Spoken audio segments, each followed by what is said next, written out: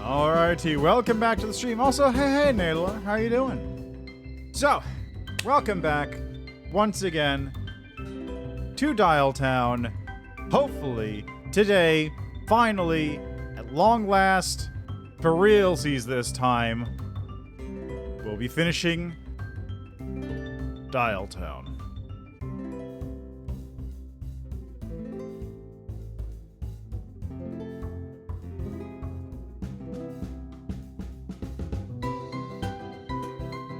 Now, yes, exactly. Ooh, we're almost there. Finally, I can stop torturing my throat. So, small point disclosure, I've completely forgotten what voices I was using for almost everybody. And by almost everybody, I mean mostly the main character. So we'll see how that goes. I am about to talk to Karen. Oh, wait a second. I need to go. Oh, God. I need to load. I didn't need to do that. I need to load.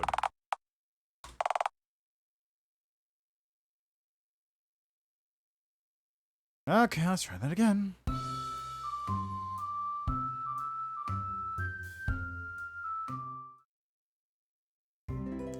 Load game. There we go. Yeah. So, I'm wandering through the woods with Norm, trying to find...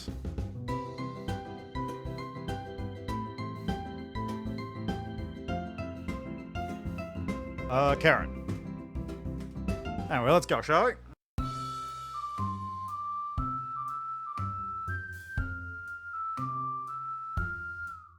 Let's see. I told you I wanted to come. You would need shit that's not coming to terms. I'll walk up.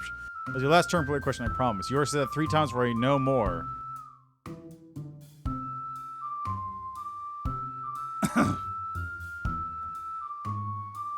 I don't remember what voice I was using. So let's just go with pirate. If you just answer the question quickly, then I'll be satisfied. It's a vegetable. Turnips are vegetables. You satisfied now?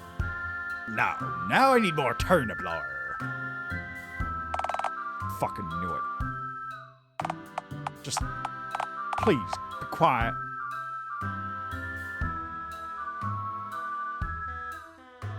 So where does the word turnip come from anyhow? Why would you assume I know that? I don't know. You seem like a man who enjoys his turnips. Maybe I shouldn't be doing this voice because it's too close. I'm this close to using up 2 of these here bullets, you know.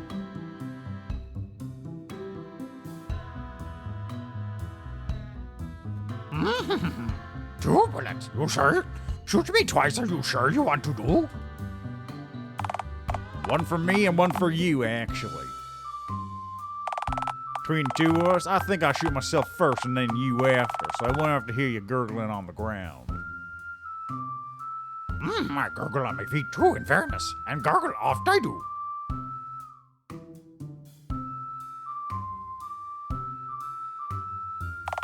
What sort of dialogue? Norm, hey, question one last I have. If you ask me another question about turnips or radishes, I swear you're gonna taste lay for the rest of your short life. Ask I wanted to know. About Dialtown. Mingus is right? Is? What are you talking about now? Are you starting to piece together why they might have had to win to get rid of you? Nah, exactly not that part. Making Dialtown just like it was when Callum in charge. She, her wanting to. Okay, this isn't working either.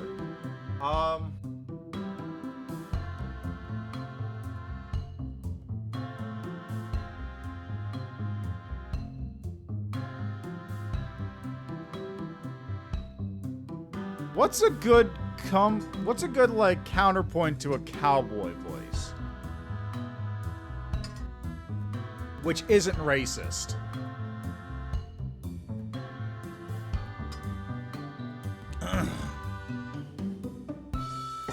Because British? All right, whatever. The Queen just died, but whatever. Let's do British. Also, yeah, the Queen died yesterday. Ooh, that's news. It's Pipchidia, or what I mean, I guess what I mean is... Oh, chum, do you think Dialtown was better off before Callum died? Before he what now? Think he's... You don't know a damn thing about what present crown achieved, do you?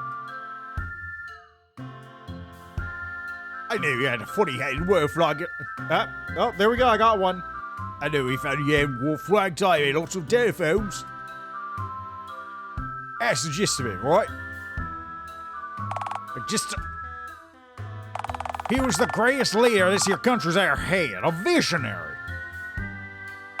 And tragic waste potential in the end. We'll find out what happened to him after I jump forward in time, of course. So, he's not dead, but he is gone. What am I doing? What voice is this? What the fuck is this voice I'm doing? That's long and shorter, yeah.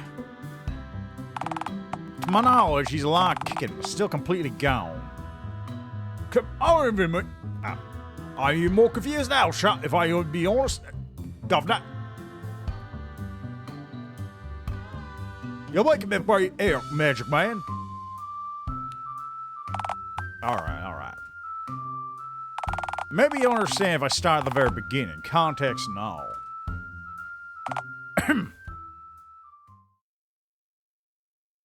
Callum Crown was born here in Dialtown in 1923. Oh, holy crap, a voice. Growing up in the 30s, in an era of depression and change, Callum found himself transfixed with the technology that was becoming slowly commonplace at the time, namely the telephone. Callum was born with a severe deformity, having only one complete limb, his left arm. While extraordinarily bright, he lived a solitary life, watching other kids outside perform feats he could only dream of. When the early 40s rolled around, Callum signed up to fight in World War II, but wasn't accepted on account of his disability. He had to stay home and bitterly follow the war alongside the rest of those unfit to fight via hazy radio transmissions. If only I could walk, Callum thought to himself.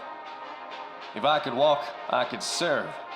It was at that time that Callum put his garage workshop to good use. Made use of scraps of just about any metal he could get his hands on, forged himself a pair of prosthetic legs, which, while crudely assembled, were virtually unheard of at the time. He sent the Army Registration Office a note, vouching for his new metallic appendages, vowing to join their cause, whatever the cost. He never got a reply. So he simply sent another letter, then another, and another. What started as one letter quickly became dozens. Always a motivated guy, Callum decided to use his head, try something new. Callum bought his first telephone. After getting through to Dialtown's head enlister, Callum found out that to his shock, every single one of his letters had hit their mark, but was simply thrown out en masse. "I'm here to recruit the best of the best this country has to offer," the recruiter stated over the phone. "Not some freak with metallic legs who'd slow the rest of my boys down."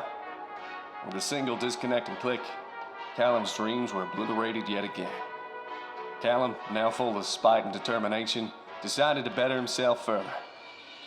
He built himself a right hand out of just about any metal he could find left over from the construction of his legs, connected the copper wires to his own nerves, and forged the very first fully working prosthetic hand. With the war winding down, Callum decided to go out to patent his designs. People at the patent office looked at him as though he were a freak, with his rusted iron clanking hand and his bulky metallic legs. Callum bitterly listened to the end of the war, now disillusioned, via hazy radio transmission whilst tweaking his mechanical limbs to be more functional. Come 1948, Callum decided to try his hand at selling his mechanical limbs to war veterans, many of which had returned in the coming months after the war. Initially, they sold like hotcakes, allowing Crown to move from his garage to his small manufacturing plant. Sadly, this did not turn out to be a sustainable business model, as once each soldier bought a prosthetic leg or two, they didn't need to buy another. Come 1950, Callum struggled to move even one limb. This led him back to the drawing board. His inventions had dramatically improved his own quality of life. He wondered if he could offer his fellow man an upgrade. Advanced metallic limbs had tools built in, had increased strength or flexibility, limbs that could even change humanity, even the world as he knew it, just that he changed his own life. Callum took him to the public, parading his new and improved models around in the street shows, using himself as a test subject, was laughed off as a monster with metallic limbs, trying to sell his own misery to others. Callum was looked on as a self-mutilated idiot, someone who made himself a freak for show, and not as a talented and determined visionary who paved the path that he needed underneath him to walk. I'll prove them wrong. I'll prove the whole world wrong if I must. Callum gradually became more cynical.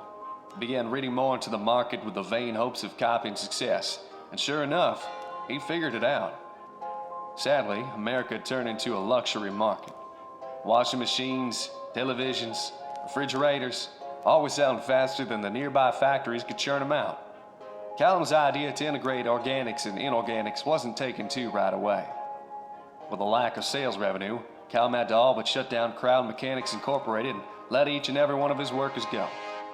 Callum soon became something of a town oddity, not unlike myself.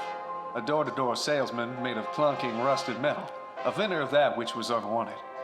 Callum somehow felt lonelier than ever before, even more so than when he was back in his garage, watching the rest of the world move outside his window. He reflected on his loneliness, once again being bound to his workshop, next to his phone, desperate not to miss a single opportunity for his dream to take off. His phone. It connected him to the world outside of the workshop, to the rest of Dialtown. Perhaps it could again. That's when he realized. I've got it now. Callum spent a full year working on his new design. A telephone that's built into your head, could be swapped and traded for other such devices, and has a 5-year warranty. No repurchases required. Surprisingly, despite their clunkiness and novelty, the practicality of having complete and portable phone access anywhere in the world through airwave frequencies wasn't lost on people. And interestingly, the phones caught on quickly. A typewriter alternative even became common, allowing text to be printed from one's own head, as if the user was having a conversation with the very paper itself. Unpredictably, these phone heads caused a massive boom to employment, with young men and women getting hired left, right, and center as both manufacturers, but also operators in switchboard exchanges.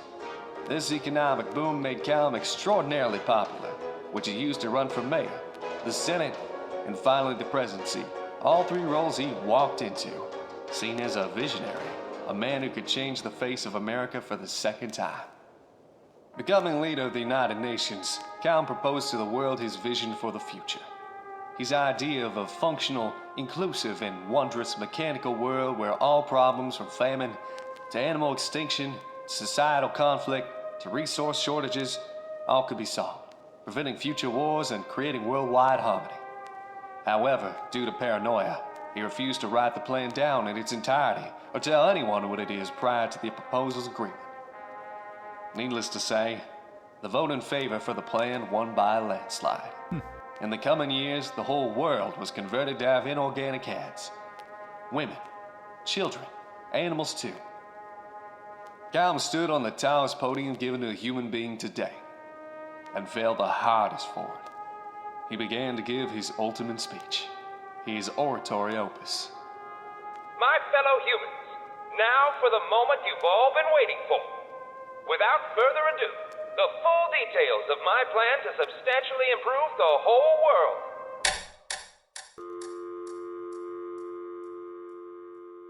Callum had accidentally wiped his own answering box, which for his model telephone was being used to store his memories. All of them. With Callum having given himself total amnesia in an instant, the whole world was stunned. Life was made fundamentally different for everyone, all for a promise never kept. The changes, the thought process behind these sweeping modifications, now a mystery. So, the world just picked up the pieces, without Callum, of course. Nowadays, Callum sits in an old nursing home, alone, tuning a busted radio, asking anyone who comes near him. Is the war over yet? I can't get a signal. Wow, that's grim.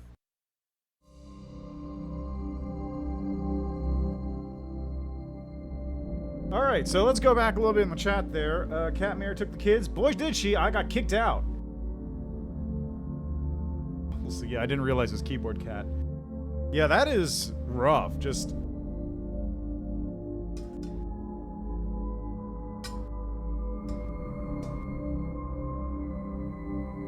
I mean, it had to be at some point. But that is, wow, yeah, that's grim. It's a good setup, too. The entire world was irrevocably changed for the better. Or was it? The plan that was supposed to work failed.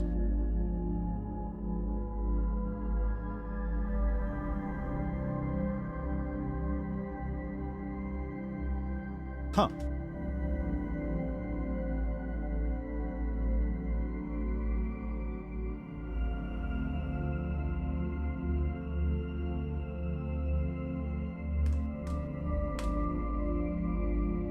I don't think this will make a difference, but you can never be too sure.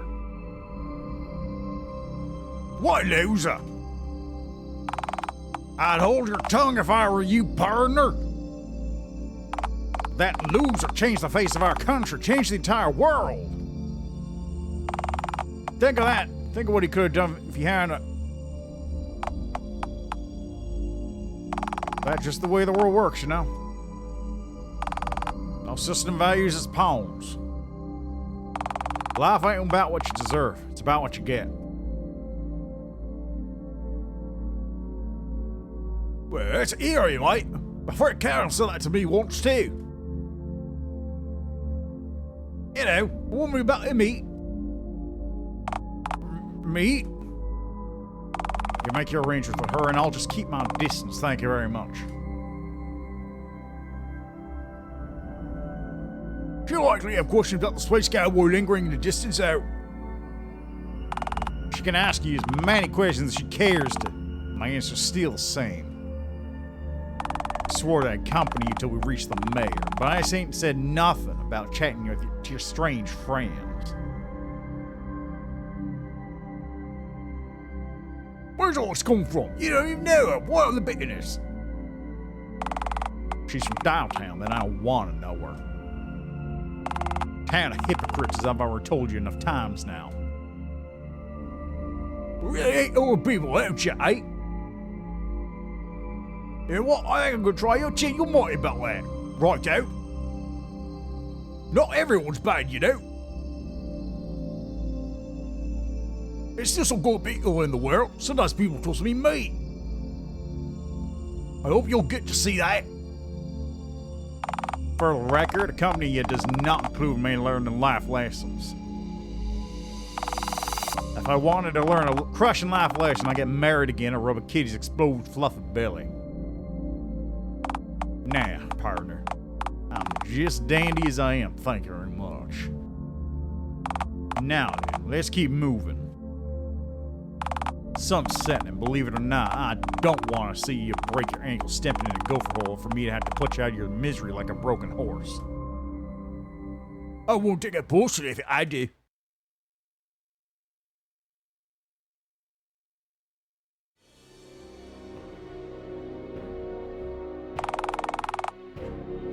I appreciate you all meeting here with me yet again. As I'm sure you all know, approximately 1 year has passed since AyotoPhone's exile. Has it really been that long? Oh, right, because I was sitting outside of his house for a year. Which coincidentally the first time we've all been able to meet now that Billy's out of juvie on probation. Hey, don't slap the blame out of me, Mingles. You could overturn my conviction, got me out instantly. Call him out on his bullshit. First of all, call me Mingles again. It's the death penalty for you, bucko. Secondly, you get 1 free pardon per year, and this was your 17th. 17 convictions a year is way lower than my annual average, to be fair. It's only mid-February. It's good, but it's good. It really fits. The dog is in there, too. Look, my point still stands. The initiation of Phase 2 of Mayor Mingus' Perfect Society reforms is vastly overdue. Abel, drop by the fun fair and retrieve the green one's shelled spawn for Furor. Are you kidding me? Why do I have to collect the eggs? They'll probably be moist. Very possibly, but alas, every other member is already preoccupied with a mission of their own. What about the mustachio dude? He hasn't done much yet. Theodore is coordinating the tranquilization, retrieval, and containment of Bigfoot as per our mutually beneficial agreement. And I couldn't be more thrilled. Why? With competent and well-trained officers, this should be a cinch. Well, alas, Theodore, those two idiots are all you got to work with, so plan accordingly. You mean us, ma'am? Are there any other 2-for-1 imbeciles in this room right now? You don't have to be so mean to us, ma'am. You're completely right. I don't. Also, take a pair of binoculars with you. They should help you locate the feral ape-man without getting close enough to startle him. Theodore, take a tranquilizer gun, snag him from afar. Right? He's great. I love him. Holy lot. Look for him in Uptown first. I'm certain I hear on the grapevine that the bank has a vault chock full of bananas just for him. I'm sure he lingers around the premises constantly.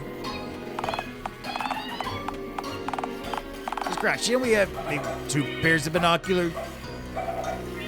Scare them a little. 2 pairs of binoculars? Who am I, Winston Churchill? Yeah, well, we scrabbled over you guys to use the set you just gave us and accidentally let Bigfoot get away. Oh, well, that's easy. I'd have you both killed.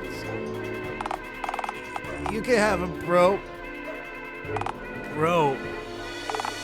Marvelous. Billy, go get some fresh batteries for your megaphone from upstairs. So, you're saying? Yes, you can have the megaphone back on the condition that you don't use it in here again. If you need to release that zestful pent-up energy of yours during one of our meetings, then just scream into a pillow or something. Can't it be one of the novelty throw pillows you have in your lounge that looks just like your face? Why would you want to... Fine. It's a compromise, I guess, sure. Wait, why can't he retrieve the eggs instead? It'll only take him a literal minute to find the batteries. Are you seriously asking why I'm not entrusting Billy to retrieve a set of items that are specifically renowned for being incredibly fragile? An item that is also consistently used for obnoxious pranks by youthful delinquents such as himself?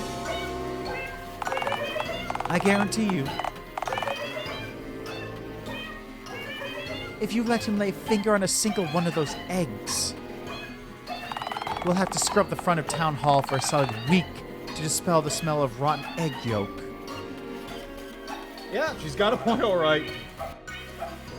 Yeah, it's true. I would totally betray you guys to vandalize your clubhouse the literal moment I felt like it. Well, what about the hobo?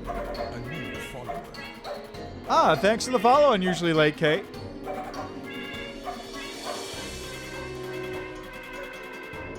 Anyway, yeah, Abel's like the only reasonable person I feel like in this entire group. Maybe Theodore, but not Theodore. But what about the hobo? He's not doing anything. He's warming Bunny's seat. Very important. Oh, come on. Seriously? He's doing what I'm paying him for, which is more than I can say for you, Abel. Yeah, but he's also a hobo.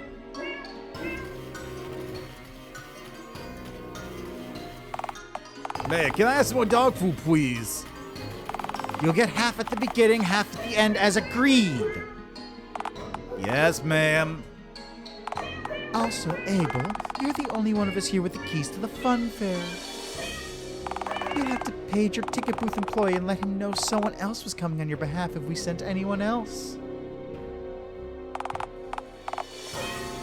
Fair chance of that working. The guy's a moron. He'd somehow screw up opening the gate for us if we trusted him with the responsibility. Probably set the whole booth on fire or something. Whatever I'm paying him, it's far too much. Hang on, are you even paying him minimum wage? Okay, you know what? You have a point. If I was God, I would 100% just feast on whatever. Although at the same time, I wouldn't be living out of a dumpster, I think.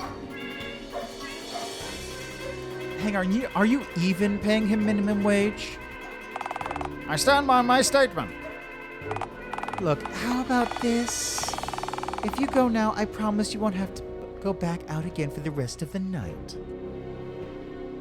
Which suits me since you have no useful attributes aside from owning numerous roller coasters.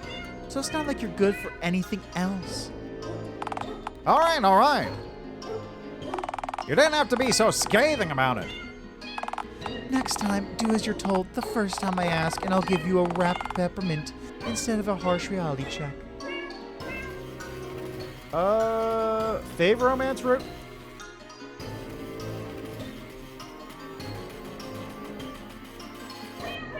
I guess Karen. I go with Karen, I guess. Bigfoot was weird. Randy was like a good ending for Randy, but it wasn't like a very good romance, as good as like the other ones. And Oliver's also a good one. Oliver is also a good one, but I prefer Karen. I prefer Karen's more. Now get going. I believe we're all ready to initiate stage 2. Wait, hold on. I have a question. Gaslight God, hear him out. Out with it then. If we're all preoccupied with warming seed, tranquilizing Bigfoot, screaming in the pillows and whatnot, then what's stopping Iotophone from just walking right back into town? Iotophone may be annoyingly persistent, yes, but they're also easily deterred by even the most trivial obstacles. Aha! The classic battle of the foam brick versus the undrivable car. Hush you. Anyway, even if Iotophone were to somehow make it back into town, well, whoever finds them would no doubt see the note stapled to their spine and swiftly report the encounter to us. Although, something tells me our green friend won't be sighted again. What, your brain? Yes, but also no. You see, I placed something quite interesting along the outskirts of town. Something akin to, say, a scarecrow. Should the stitched one wander back into the perimeter of Dialtown after a year of begging for scraps elsewhere, it'll stumble across my surprise and likely won't stop running until it reaches the next county. Or more likely collapses face down in a waterlogged ditch and gets mistaken for green roadkill the next morning. Oh, come on, it couldn't be that repugnant. That fucker eats gravel from the sides of train tracks. You're underestimating the depravity. Oh, you don't understand, my minute spite child. I had this thing engineered from pieces of the 3 most unnerving objects I could gather. All 3 entities shared a dark, potent energy, and as one being, you possess a truly wretched force to be reckoned with. Granted, it's quite unlikely that they'll actually find it after not being seen for a whole year. Boy, yeah, what is that?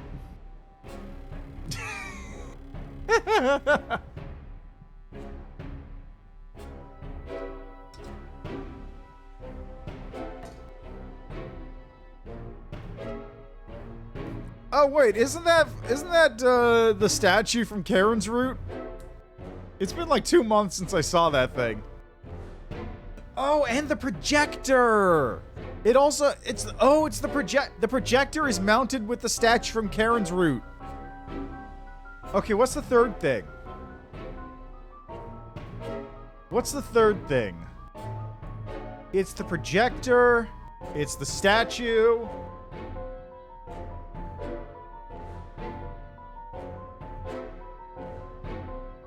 Oh, yeah, Midnight Mediocre, right. God, what a... Bloody hell, what is that? What a god creative, it was just countered, bloody hell, right crikey. Oh, I'm Australian now. Hat from Big Bertha. Knickknacks from Madame Mediocre. Entire essence of grog. Big Greg, no.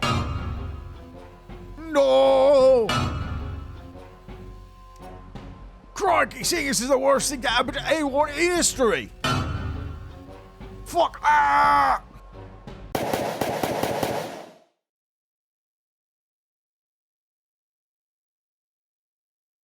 You bloody missed.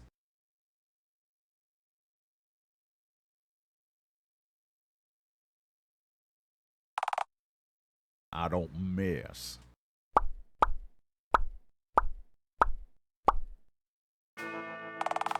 You were saying? No, How?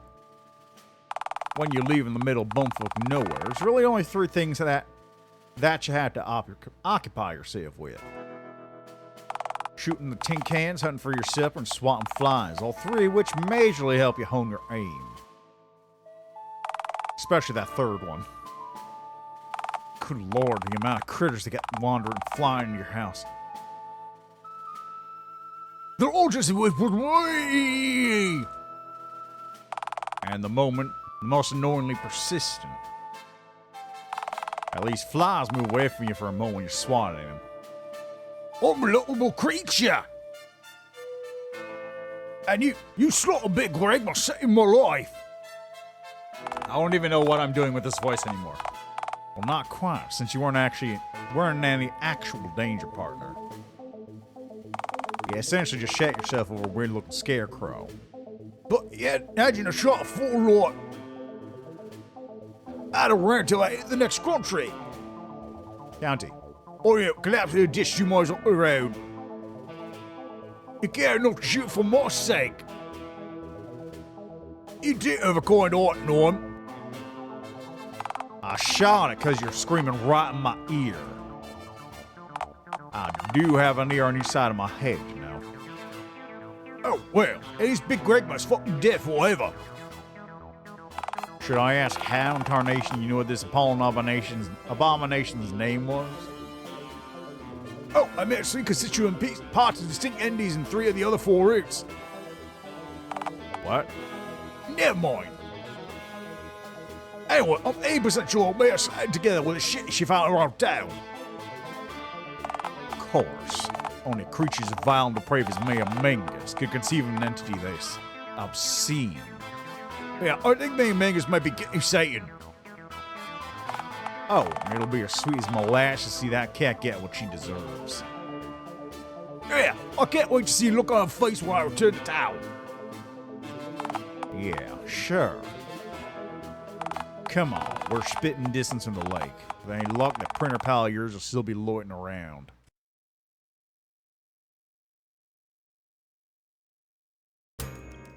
Oh, Karen, hey! Karen, it's me, Ayotophone. Ayotophone? Oh, I forgot she has her own font. It's been so long, What are you doing out here? Did your cat homing instincts follow me out here? Did you pick up my scent? If you did, then that's extraordinarily impressive, given that I haven't seen you in at least a year. Iron Suppliers and Slicer, and they got the nose of a bloodhound. Actually, no, you see, the cold nectar I drank has really done my palate. Alright, fair enough. Thanks for stopping by, though, usually late, Kate. Enjoy the rest of your day, and enjoy the game. It's something, alright.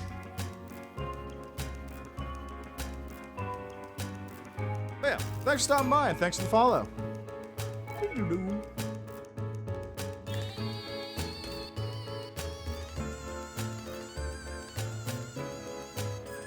Oh, that ain't quite a natural bloodhound, more of an elderly pug perhaps. Say, Carol, what you do now, anyway? It's like dusk and jump.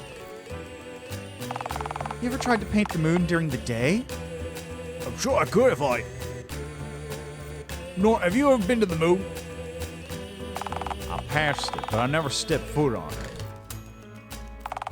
Didn't want to have to brawl with the feral folks still up there. Wait, what? Are aliens up there? Not quite aliens now. Why? Do you think the first folks who went up there actually came back down? That's cute. People assumed the land was fake, but really it was everything after. But Neil Armstrong did come back to Earth, though.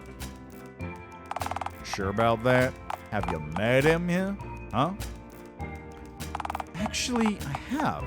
He signed my toy rocket ship at a space convention years ago. That's not the same Neil who landed on the moon. Trust me on this. So, wait. Then who was... You don't have the necessary clearance to know that, partner. So, Ayotophone, are you going to introduce me to the eccentric dude to my left who visually clashes with himself? Or... Hey now. Don't you dare cast your narrow-minded judgment about how I look. Well, I'm an artist, Norm, so I know visual consistency when I see it, or in your case, lack thereof. I don't do subtlety, but even for me, you've got a lot going on. Alright, you two seem to be coexisting. Karen, meet Sergeant Norm Allen. Norm, this here be Karen. Howdy, ma'am. He's essentially a spacey crank cowboy. A cranky space cowboy, as you can see. Yeah, I figured that much out on my own. Is there much else to him?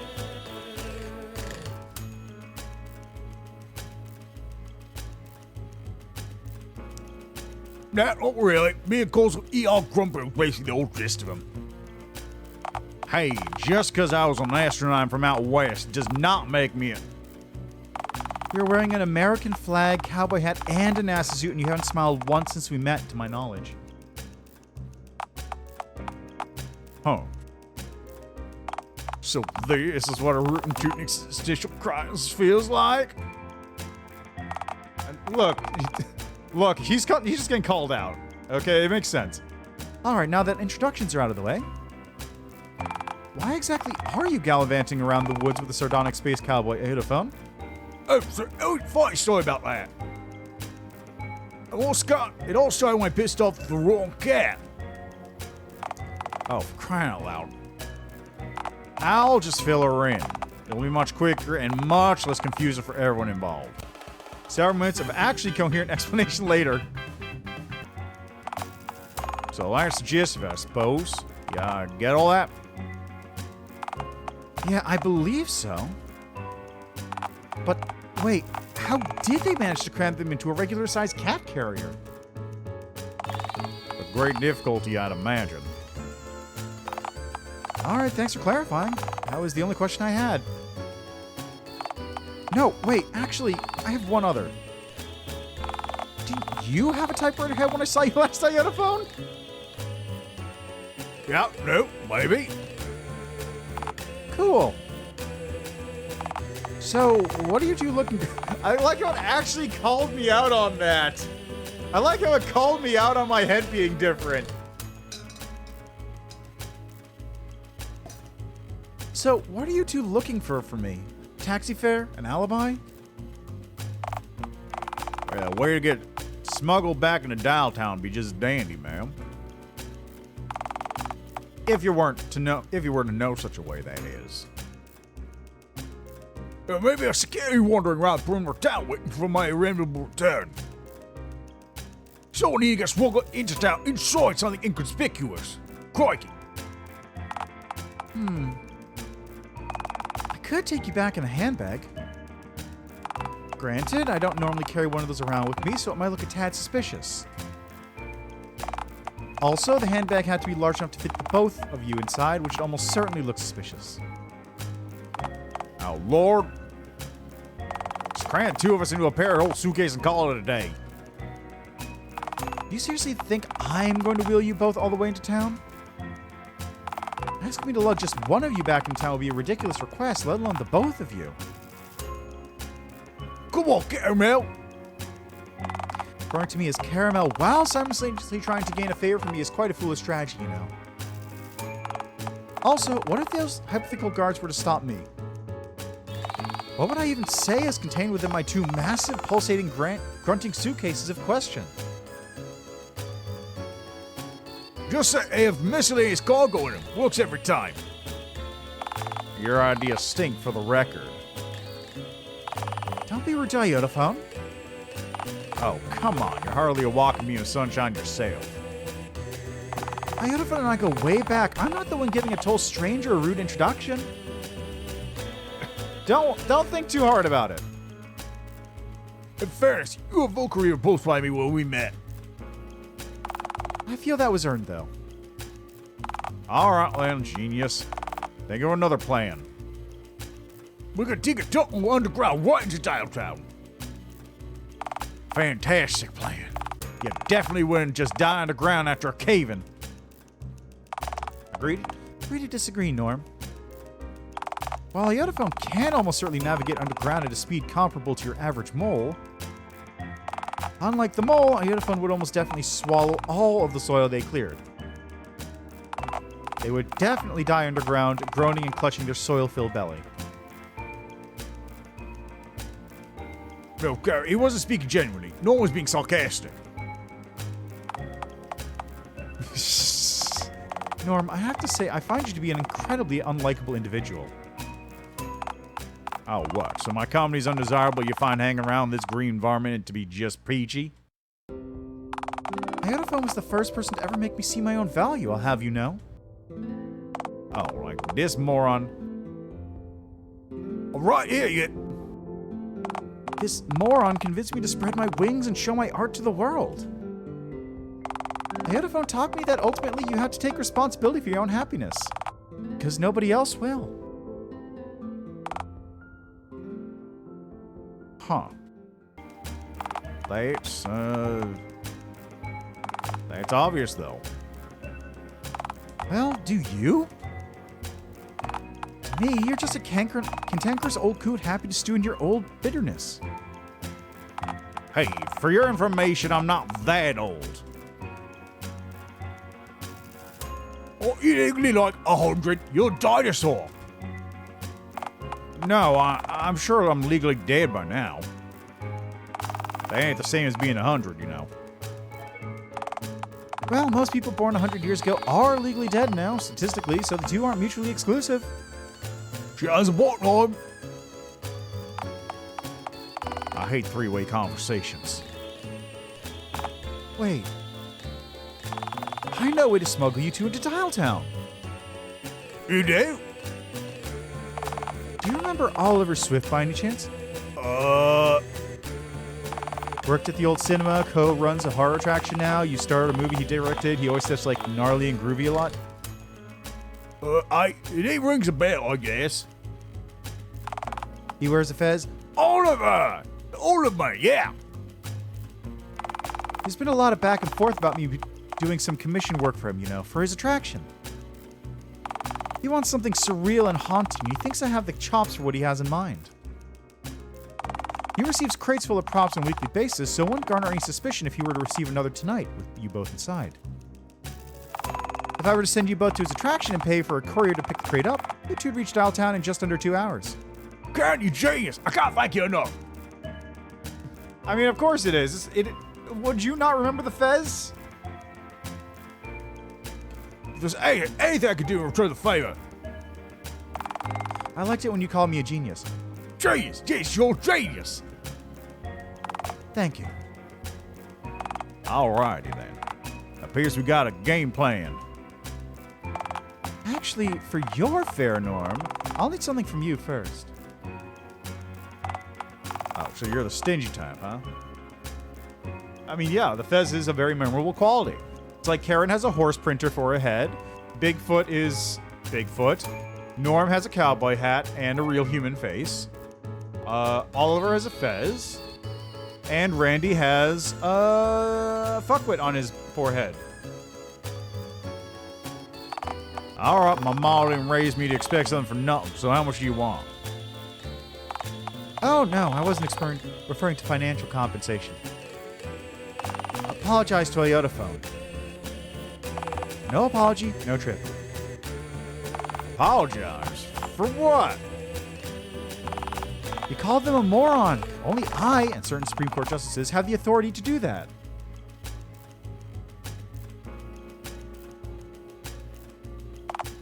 Hey, I agreed to accompany them as armed backup. I said nothing about providing pleasant conversation. AyotoPhone, do you really want someone like this accompanying you on your journey?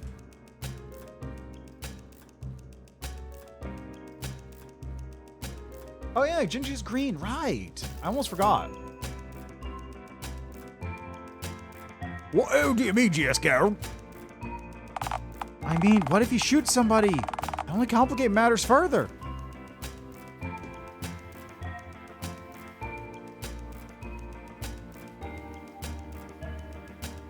What if someone shoots at me, Karen? You don't think they'd...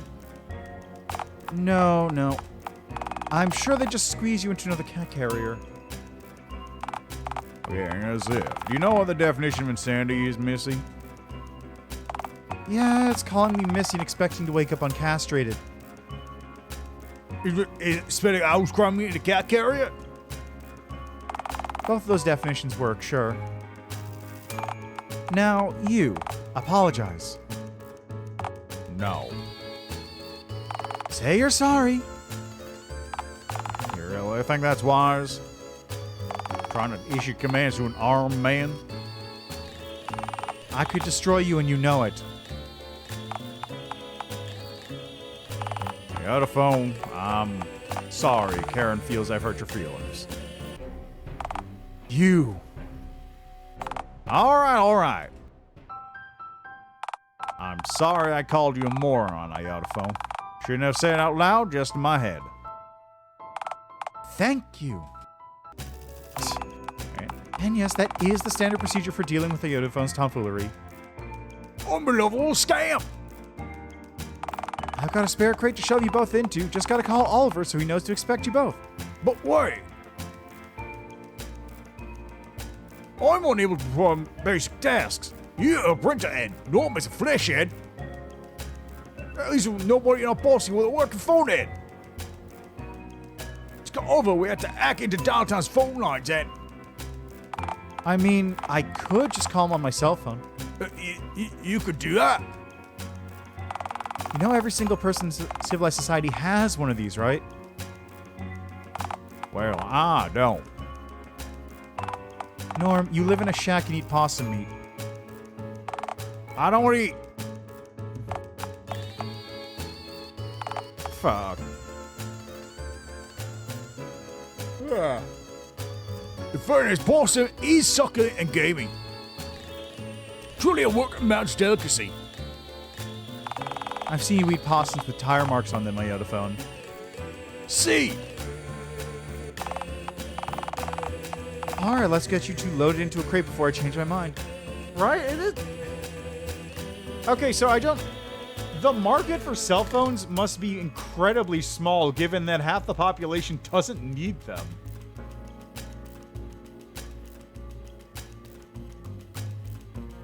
Carol, what in way I can ever make it up to you? Never again referring to me as an ink-churning maiden would be a wondrous start.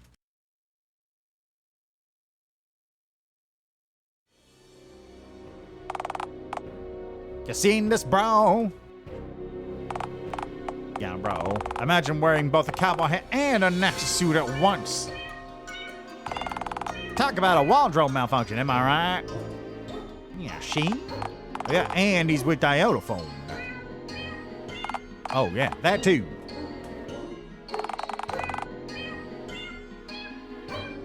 Oh, that's true. Should probably make the mayor know about this, see? Do we have to? What if she yells at us, see? If those two bozos find a way back into town, she'll do more than just yell at us, bro, see? Besides, if we manage to capture him, she might reward us. Handsomely. A handsome reward for my handsome bro. Bro. Think she just let us pick the less clashing outfit for the Yeehaw Space Dude if we manage to capture him? Ah, hell yeah, bro. Let's ask her, and if she says yes, we'll actually try this time. There, what? What happened to Big Gregma? How on earth did they make it past my stationary inanimate obstacle? Well, from what we can deduce, see, the Yeehaw Moon Man filled with bullet holes and then it kinda exploded. Yeah, that'll happen, alright. You know, as a seat warmer, you don't have to speak. Cool. I won't speak unless I have something funny or epic to say then. Okay, allow me to be more specific. As a seat warmer, you mustn't speak. All right, now who could be smuggling our green friend back into town after a year of not being sighted?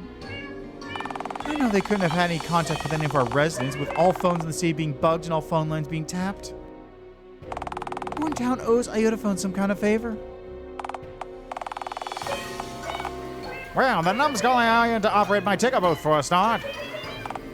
Oh, please, Randy. He's no threat to us at all. Randy quite literally peaked at birth. Anyone else? Bigfoot might owe AyotoPhone money. Right, the very same Bigfoot who's presently confined to the inside of a cage whilst being examined by Theodore. What about God? I've seen those two chatting before. Well, God's here, warming up his seat, so it's unlikely that he's plotting to help AyotoPhone. It's true, I was there. It's obviously the Fez dude over at the Horror Hovel, bozos. Oh, right. The green one appeared in that god-awful film that the cinema premiered right before its closure. Of course. That cinematic travesty kept me up for a solid week. Easily the worst experience I had last year. Hey, wait a second. Didn't your dad die last year? I really didn't care for that movie, Billy. At least you got to watch it. 18s only. Bozos wouldn't even let me loiter in the lobby during the premiere. Right, because you would have done something asinine during the showing, like stuffing a bunch of lit firecrackers in one of the bathroom urinals. Yeah, but they didn't know that. Yes, they did. Which is precisely why they made you leave. Look, I can't. You two. Stabby, Shooty. Go retrieve the green run from the spook house at once. And remember to club them out cold before you drag them here, not after. It'll save you plenty of scratch marks during the sordid ordeal, I can assure you. Bad idea, Mingus. That's Mayor Mingus to you, runt. Yeah, like that sounds any less ridiculous. Oh, and like Little Billy's a particularly distinguished sounding title. Actually, now that I think to ask, why do we bother prefixing your name with Little when you're the only Billy here? Makes it easier to tell me apart from Colossal Billy. From what now? Trust me, Mingus, he's a-coming. And when he does, you'll all be sorry. If he's a dimensional invading entity, you have to sign the usual immigration forms just like everyone else that comes into this dimension, you know. Do you know how powerful this being is? You should be very, very afraid. Right, but he still has to fill out the forms like everyone else. No exceptions. Come on, man. It's only a few pages. If he needs a nebula scale pen, I may be able to dig one up for him. Colossal Billy spits on your forms. Soon, you will know what it means to truly weep. Oh, yikes. He sounds like one nasty customer. Say, why are we hunting poor AyotoPhone and not this fella? And provoke it? Are you nuts? No more ideas from you, and you're being paid for your toasted keister, not your toasted brain. So, we all ready to go, ma'am? I wouldn't if I were yous. They're inside a building and might have the place booby-trapped. Do you really want to risk them getting the drop on yous? Oh, please. Like they're smart enough to set a trap. The oak fell for the green breakfast for crying out loud. I don't know. I'd listen to the stunted one. His entire shtick is hiding behind corners and needlessly hurting people just before they can react. This sort of thing sounds like it'd be right up his alley.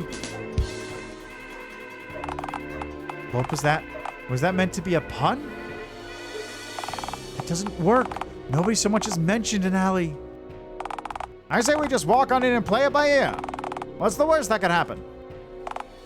Abel, I didn't become the mayor of Dialtown by half-rigging our elections. No half measures. You two, loiter around menacingly in the alley outside. Really, God? Reaching into the future for joke material is unimaginably cheap. It tells us that you aren't witty enough to quip about what we're currently discussing. If you had said alley in the present and not in the future, I wouldn't have needed to do that at all. Well, I was about to say it in the present. Yeah, but how do we knew that? What do you think the future even is? It is. It's really good. You two venture forth to the aforementioned alley at once. Lest I take my feline rage out on you two decidedly less divine beings.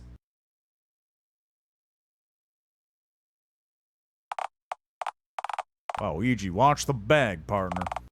If it tears, you won't live to remember what's underneath. Well, Karen wasn't kidding. An honest to phone god cosmic yeehaw man. Yo, AyotoPhone, where'd you even find this dude? Hey, Mr. Spaceman, can I, like, touch your head and junk? Oh, the Elfrida-roo. The old what now? Wah! Need I remind you that I'm armed, partner? Hey, man, no beef. I didn't mean anything weird by that. I just think your style's bodacious is all. Pardon me, partner. Your Astro Gunslinger shtick, it's real groovy. Immensely gnarly. Is this some kind of bit? Why is he talking like that? Like what? Who in tarnation still says gnarly?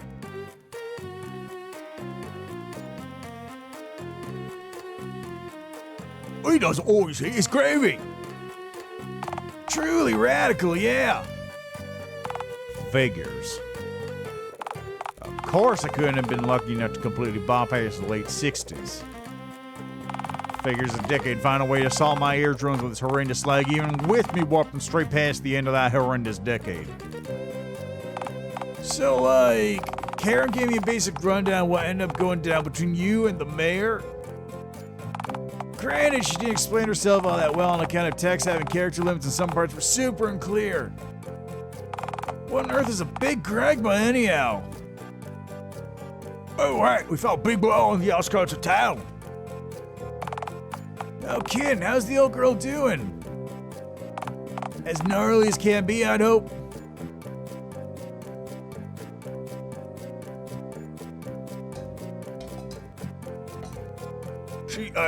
She's got herself pieces over to rip with buttholes. Sorry, Oliver, but she's gone. What? She's... Mate and Rikus combined to a piece of grit and mediocre. Yeah, evil energy, so not how to shoot it. Ew. I can't believe she's gone. Oh, shucks. Yeah, apologize for shooting your projector to pieces. Just know I had to. The other phone was shrieking right in my ear. It's probably for the best. She was suffering. She's free now. Man, This sure blows. All right. Text also allows some of the overall context unclear. Did you really devour poison full English breakfast, croak, and then rise to your tomb, cat carrier, like some kind of green messiah? No, I didn't. Yeah, I did. I wrote from the ash like a cloud, like a goddamn feet on necks.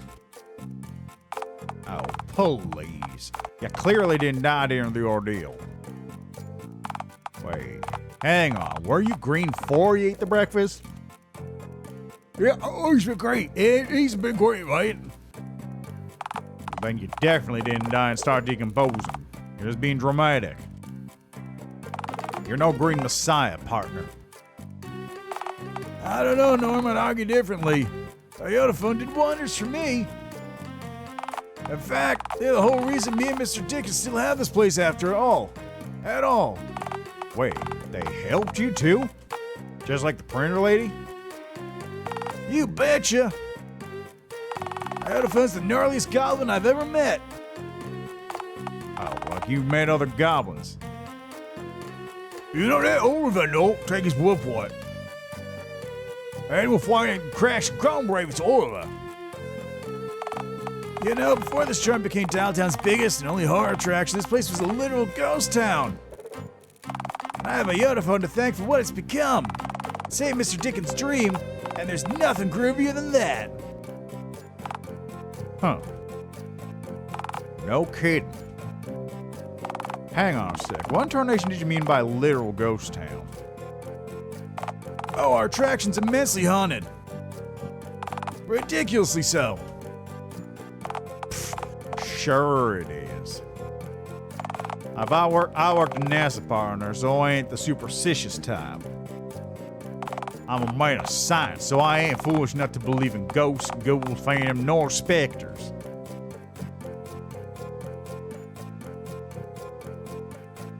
What about aberrations? You believe in those? I didn't tell you appeared at my home and refused to budge or so ago. Sure, I classifies you as an apparition. Wait, that apparition's the ectoplasm, though. You excreted so much slime while standing on my land. Oh, yeah, guess I ate, did I? You know, man, you're a pretty groovy dude. I'm sure the ghosts here would adore you. You know, I'm pretty sure one of them is a chick who died from cholera back in frontier times. You two could totally... I ain't from frontier times, partner. I warped here from the 1960s. I mean, ghosts aren't real anyhow, so... Hey, chill, dude. I'm not asking you to believe this place is infested with, like, clowns or anything. I didn't take you for that much of a sucker. You know, Fazzy, I've seen clowns with my very own eyes before. Up close. Look deep in one eye's for it honk over the nose at me. I saw hunger unlike any other in that beast's eyes. You're yanking my chain. You must be. You tell me you saw a real live clown? Like up close and lived to tell the tale? As God is my witness. I was reared back 4 of those multicolored fiends went the way of the dodo, remember? Are the old horror stories, the legends true? Do they really bot people? Of course they did. What sort of question is that? How do you sleep at night knowing you were that close to a wretched honk man? Much more sadly now, knowing there's at least 50 years between me and them. Oh. That was an awesome story, Mr. Allen. Sergeant Norm Allen, U.S. Air Force. It's a fact most civilians don't know. They pull astronauts from the Air Force. I guess they figure if you can fly a plane, you're halfway there to fly in a rocket. I was actually recruited in the Korean War, which was the first war this great nation fought within our newly formed Air Force as a separate military branch. Fun fact. Is that true?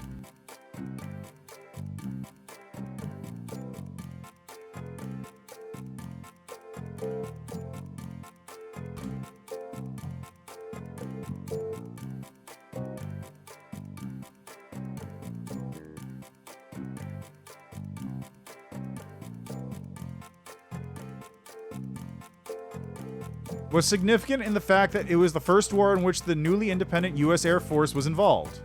Huh. Cool.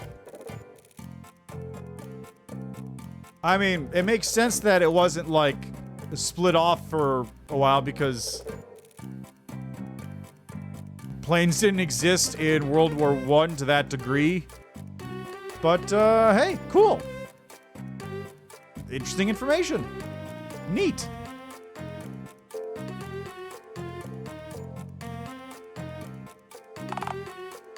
Whoa. Can't imagine the groovy things you see and the crazy stuff I can learn from you. I can listen to you talk for hours, Sergeant Allen. Hell yeah, boys, get it on. You know what? You're alright, kid. You seem more respectful than most of the folks I encountered from this here town since I war, but that's for damn sure. Oh, Dialtown really isn't such a bad place. I mean, you got a few wet blankets of prude, sure. Tell me about it. That mayor's the worst of them. I tell you, I wouldn't bat an eyelash if some weren't to, you know, spade the cat. Better yet, add an R and go for spray. Oh, a spritz from a water bottle. Groovy idea, Norm. I teach you from misbehaving, all right. I think rigging elections and exile citizens simply for being different might be a little bit more extreme than just misbehaving. I mean, rigging elections and bigotry are both incredibly naughty. Okay, I guess I can't really argue with that. Your pal's right. Her crimes are unforgivable, and a simple slap on the wrist won't do. No siree. By spray, I meant her brains all over a wall, thanks to our good friend, Mr. Bullet.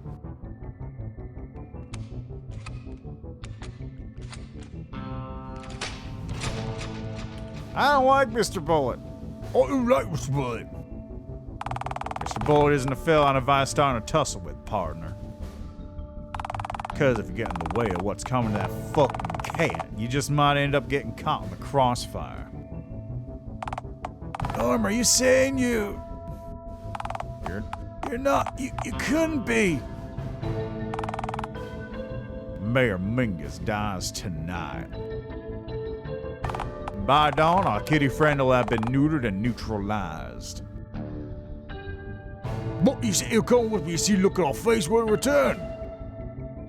I'm afraid I deceived you, so you'd agree to my offer. I never would have gotten to her on my own, Ayotophone. Unlike you, I ain't got friends in this here town. Nobody to help me smuggle me in. And likewise, without me, you get yourself captured, maimed, or perhaps even more likely, stuck in a giant mousetrap before you reach the mayor. It's a win-win for the both of us, you hear? I'll let you take care of your business, and then I'll take care of mine, and you wrap this whole thing up nice and clean. Sound good?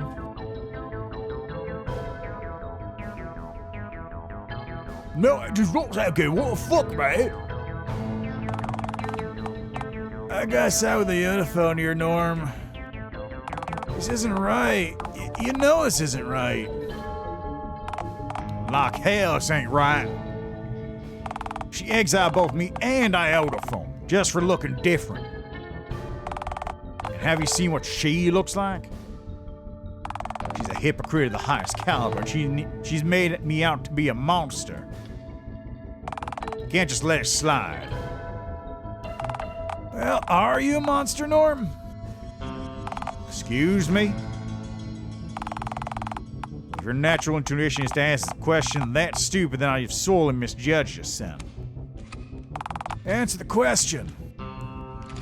No. No, I am not a monster. Uh-huh. So, why are you playing so hard to prove her right, then? Prove her right. Oliver, she's a pox on this here town. She's bleeding Dialtown dry. This town ain't ever gonna change what's pinned under that damn cat's paw. I have to confront her.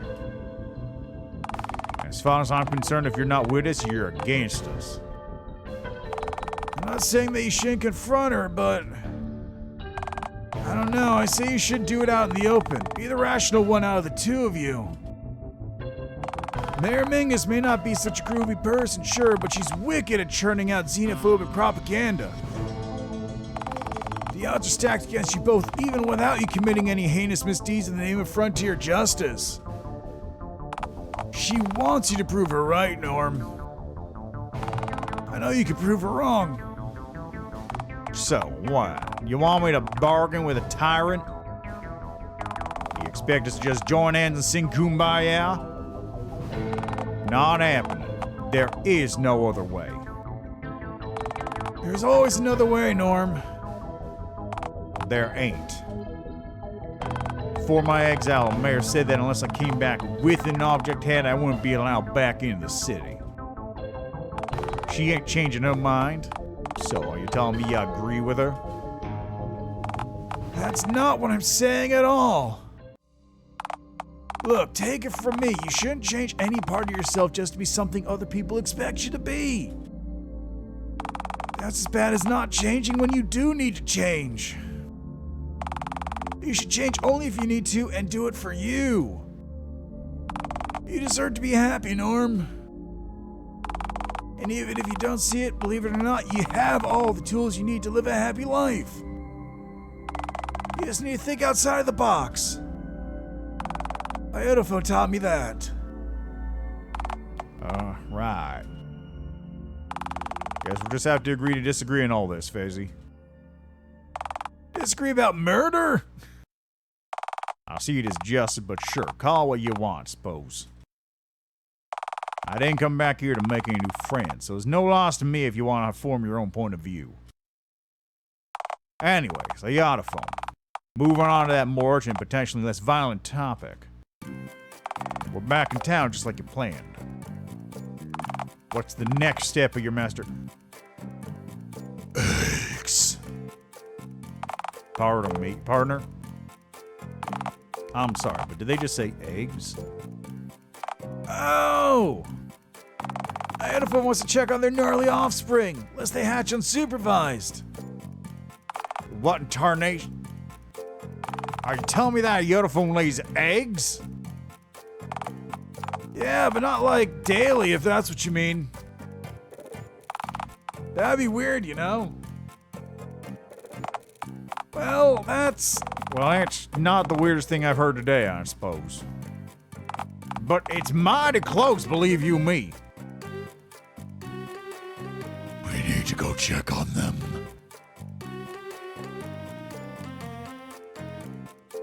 Do you think I can do one more, Oliver? Well, we did kind of hold a town-wide premiere for an indie film which showed you squatting and moaning all over town. And during which the egg laying was shown in wicked, excruciating detail. Oh, balls. But she doesn't know what I eat them, right? That was his time. Dude, there was a neon Ferris wheel in the background the entire time. Where else could the footage have taken place but the fun fair? One second, better stop with the Ferris wheel being trash in the roof. Yeah, but if she tears the mattress door apart looking for the eggs and doesn't find them, then she'll know where they are by process of elimination. What is this bad? I need to go check on them. Well, all right then, partner. Best of luck with finding your eggs. What? You're coming with me, Yeehaw McGee? Calling me Yeehaw McGee makes me want to accompany you even less, you know. I'm here to put some light into Minier Mingus. Why the hell would I follow you to this assassin on side quest? Oh, goodness of your heart. I have no heart. Why don't I see that work? I need to say something more compelling. I'll need to say something more compelling to convince them for me. You're talking aloud, you know. No self, he can. Still talking aloud. Plan B.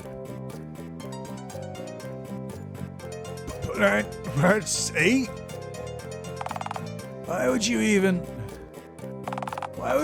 assume that'd work? Silence, Fezman. Rightio, Stitchhead. Wait a minute. Okay, if I'm going, that means you have to as well.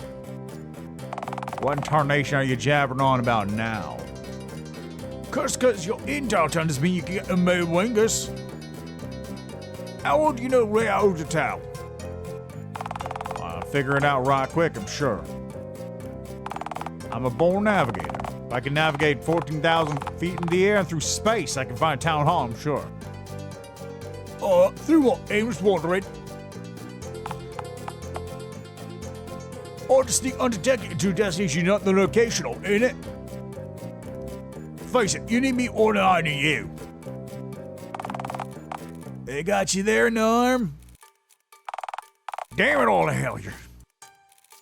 Fine. Quick detour, and then we're going straight to the mayor. You hear? I'll get my just to not mock my words. Right. Before we head out, I'm going outside to scout for undesirables. Stay here for the time being. I'll call you out when I know the coast is clear. Happy trails, Fezzik. Yeah, right. Bye. Lord, I thought he'd never leave. Look, I had a phone. I wasn't gonna say this to you, but since we have a moment alone, I think you should ditch the cowboy. What, you mean Norm? No, one of the 17 other gnarly space cowboys that happen to be following you around. You know, with that kind of mission, that kind of backup, my mission would be a lot easier. No, come on. I'm trying to get you to tell your sister cowboy traveling companion to put an egg in his shoe and beat it not to accumulate more of him, damn it. Egg? Look, Ayotophone. Norm just told us he's gonna murder someone in cold blood. I know you know that this is wrong. I don't want you to be an accessory to this. So what, you're saying I just obey him? Like I said, he won't make it out of here on his own. He'll get captured. Oh, and what a shame that would be. Hell, I say you could even put in a tip in for him. Maybe the mayor would even pardon you. You prevent a murder and get your old life back. You'd have it made, Ayotophone. It's a win-win scenario.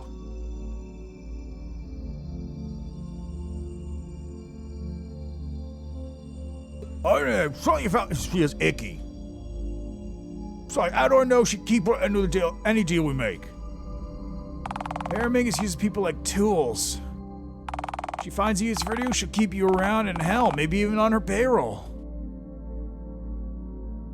But he's right about it, you know. Yeah, and she's clearly right about him. He's planning to murder another human being in cold blood. Okay, Grant, that is a little naughty. I think it's more than just a little naughty, actually. Okay, yeah, it's quite naughty. Look, we're all a little off kilter in Dialtown. Gnarly fur aside, she is a sentient person with actual feelings, hard to believe as that may be. She made a dumb move banishing you, but well, we both know that she's wrong about you. Maybe you could show her that. There's no reason to turn him in. Save a life and possibly... There's no reason not to turn him in. You'd save a life and possibly gain yours back. Look, it's your call at the end of the day. Just don't want you to reap your consequences of his actions.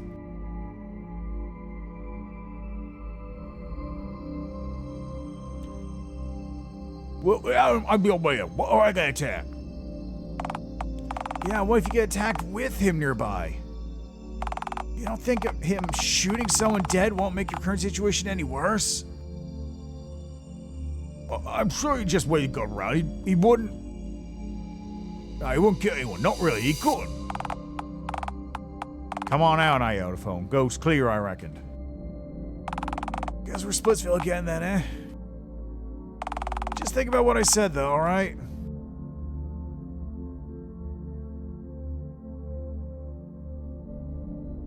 Okay, will do. See you later. Mwah. Please, think further about murder not being very epic, please, and thank you. Sure, okay, maybe, perhaps not. Okay, wow, bye.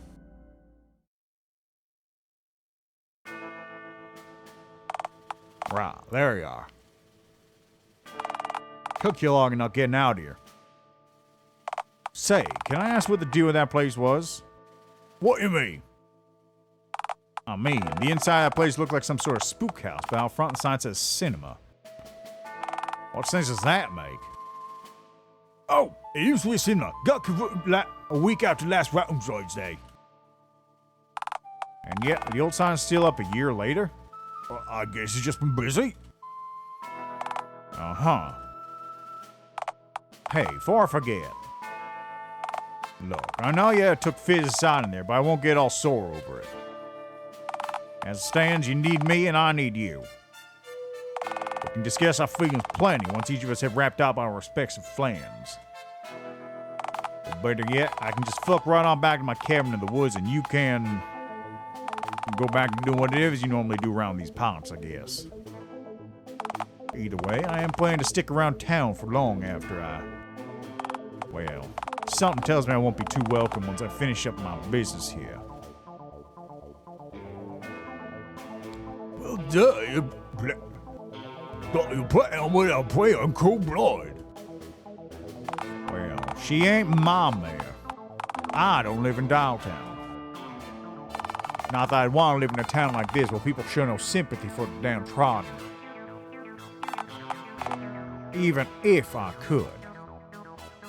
Yeah, I don't know. I think I'll feel plenty of sympathy for you, man.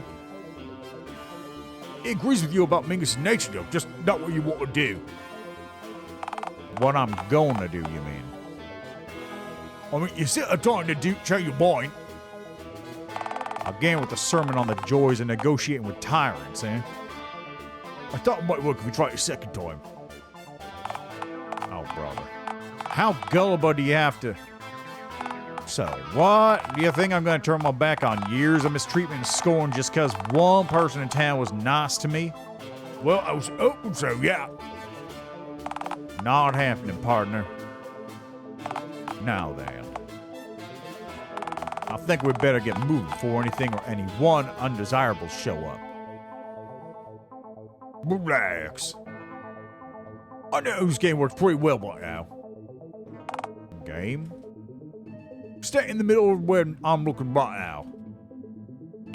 Right, because you're looking straight at me. I ain't following where you're going with this. It means there's no space for the E-way dog look scene. You know, because you'd have to stand close to the left or the right side of the screen. To make space for the other character talking to us, that is. Huh? As long as you don't move relative to I'm looking, we're safe.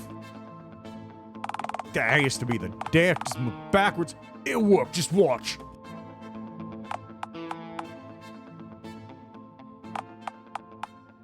See, I told you.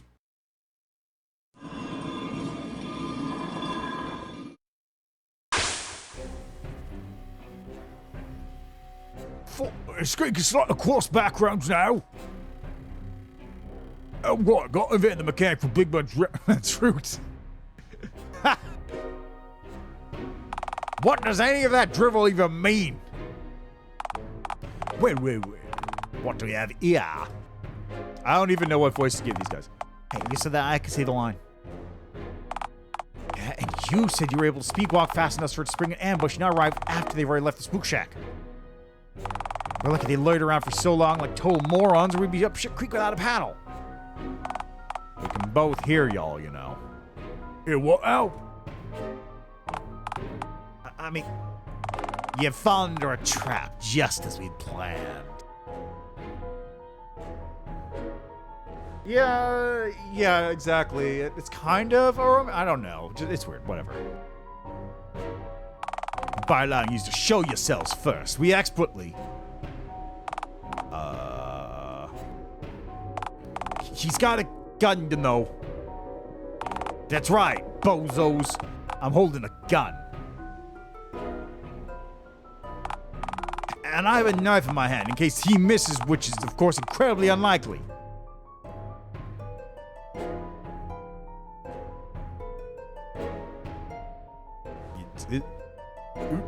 Is this a bit, or you actually trying to intimidate us? Is it working? No. How about now? Also no. Shit, bro. The scary voice was all I had. Hang on, Iota phone. Who in tarnation are these two rattlesnakes and why do they look like they're about to maim themselves with their own weapons? This is, So,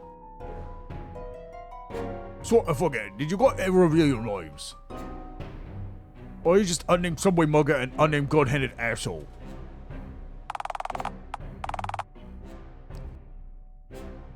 With the infamous crime duo, Stabby and Shooty.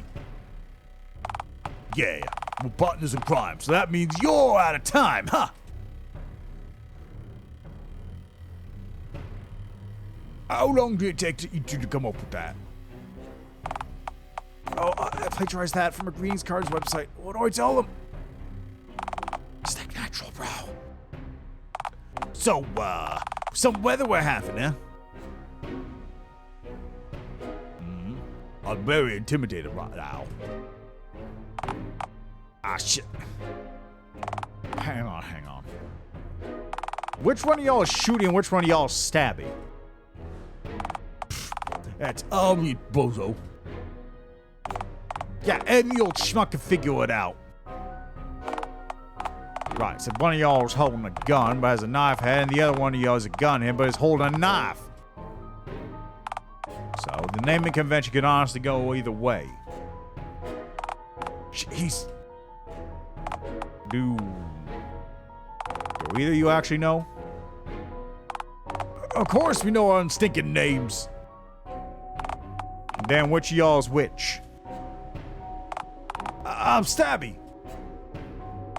Yeah, I'm certain of that. So you're certain that if I pull your ID out of your pocket and check the name on it, it'll 100% say Stabby and not Shooty. Bro, pull out your ID. Think I got an ID? If Billy buys booze for me, he's got a real fake ID. It's true, I see it, it's very convincing. Shit, did you hear us? You're talking aloud right as I pointed out already. Shit, say we just run. No, bro, you need that money. Take it to Barbados, bro. Bro, take it to Barbados. You're right, bro. Again, we're Stabby and Shooty, the inseparable crime time duo, and you're out of... You know, I never want to see you two together. Not once. Shit, they got us there. All stars falling apart. What do we do? It's great. For the lover. Alright, partners, let's cut the horse crud. Why are you hassling us like a couple of starved ticks? Yeah, neither of us are black girls, so we had no trades for you. It's like, scram, we got shit to do.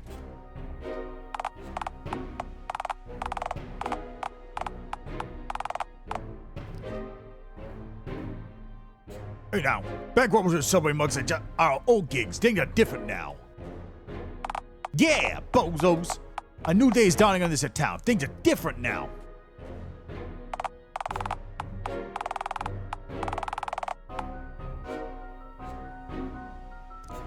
Say, what's with the accent? Are they actually from Brooklyn or is there just something wrong with them?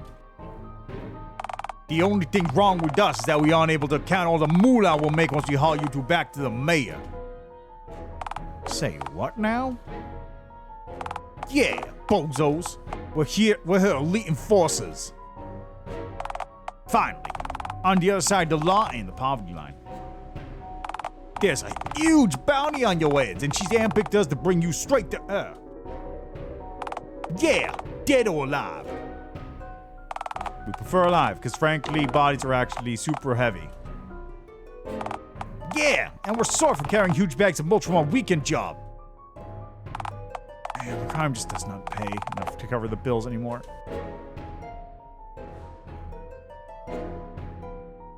Shit, guys. Congrats on your promotions. Hey, thanks.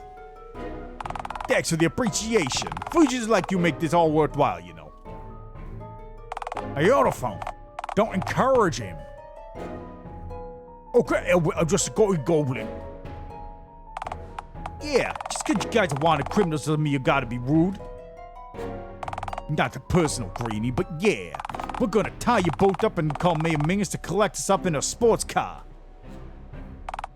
Yeah, we're going for a ride. Wait, she's collecting us? You said you were bringing us to her. Yeah, she doesn't actually trust us to guide you all the way back to Uptown. Yeah, she said you just skedaddle once our backs are turned and easily lose us. Then what was the whole thing about bodies being heavy about it if y'all wouldn't even have to drag him back to town hall? Well, she makes us drag you both in her trunk if you kick the bucket right now. And like I said, bodies are really heavy. Ayotophone, I'm really starting to worry that I'm gonna accidentally grievously harm these fellas. So what's us will just leave the spot before the mail arrives? That'd be us, bozo. Oh, good. Come on, let's go. I wouldn't make any quick moves if I was yours. You see, I'm holding a gun, and my partner's holding a knife, so I... Well, you see, partners, I also happen to have a pistol of my own holstered. So, if it's a duel y'all want... Shit, he's got a real gun with, like, bullets and junk. I'm out. Guns beat knife. It's classic rock, paper, scissors rules. Well, I have a gun too, so by rock, paper, scissors rules, we draw. Actually, I've already drawn. 10 paces, then we shoot. No, I will buy it. His gun totally isn't loaded. Shut up, you! Sure, Ayotophone? I mean, I wouldn't put it past him to try and stick us up with an unloaded pistol. That's quite a ballsy assumption to make. No, he tried this exact trick on me and my boy Randy before. Got his blood, man. He's just a human roach. Who you call a human roach, huh? Huh? I meant the other one, but... See, I don't get what it is that you are. Are you brothers, cousins, lovers, just co-workers? You call each other bro, but I don't get your vibe. We're beyond your understanding, bozo. Yeah, you should be afraid of the unknown, you little punk. What if I don't understand the danger, so like, what will I fear? Shit, they got us there. I mean, can it? Hey, if you're so furious, why don't you just shoot him then, huh? Teach him a lesson. Because the Mayor Mingus, she wants you to capture it alive? Bullshit. You said a moment ago that she wants us dead or alive. Shit, bro, I totally said that. I told you, bro. The dead or alive shtick only works if they assume you actually have a way to ice them. Ah, shit. Really screwed the pooch on this one. This blows. Ayotophone, I'm really starting to worry that I'm gonna kill at least one of these two varmints. It's okay, Orm. Remember, even roaches, we can even be. Let them scunt on Mingus's metaphysical fridge at the equally metaphorical bulb lights on. Let's just go on my way. We spent plenty of time on these two clowns. Shit, bro, they're gonna walk away from us. That's the opposite of what we want. Shit, bro, shit. Brush him with your knife. This thing can barely cut butter, bro. What do you want me to do? Poke at his paper bag and hope I jab an eye on the other side? He'd shoot me for that. Without hesitation. Are you rushing with your knife head, huh? Tough guy? No way, bro. Are you kidding me? That guy is a freaking gun. I ain't doing that. So do you, bro, except you don't load it, do you? Hey, your head's a gun too, bozo, and I don't see you loading your noggin with bullets. I told you, I'm afraid to open it up. It will get dust in my head. I don't want a dusty barrels. Iotophone. I now fear that I'm going to murder these two mutton heads in a mightily messy manner. Okay, now we thoroughly established your, lack of everything. Yeah, we're just gonna go. Can you just wrap yourself up a little, tell the mayor we really fight you hard if either of you happens to run into her? Not a chance. Come on, if you don't, she'll rough us up. I'm bored. Do I envy her that pleasure? Come on, Iotophone. Those eggs of yours ain't gonna take a gander at themselves.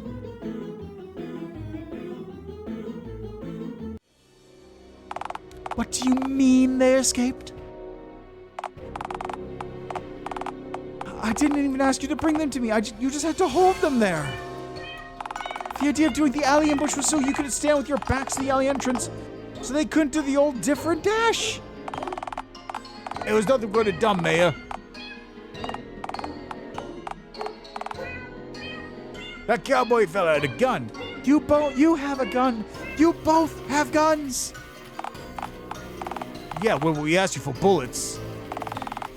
Me making the shrewd decision not to give you two idiots bullets, and this is the sole reason you both managed to make it back alive at all. See, this is why you should have sent yours truly my association to hand it ally. For you see, I've got my trusty liver action.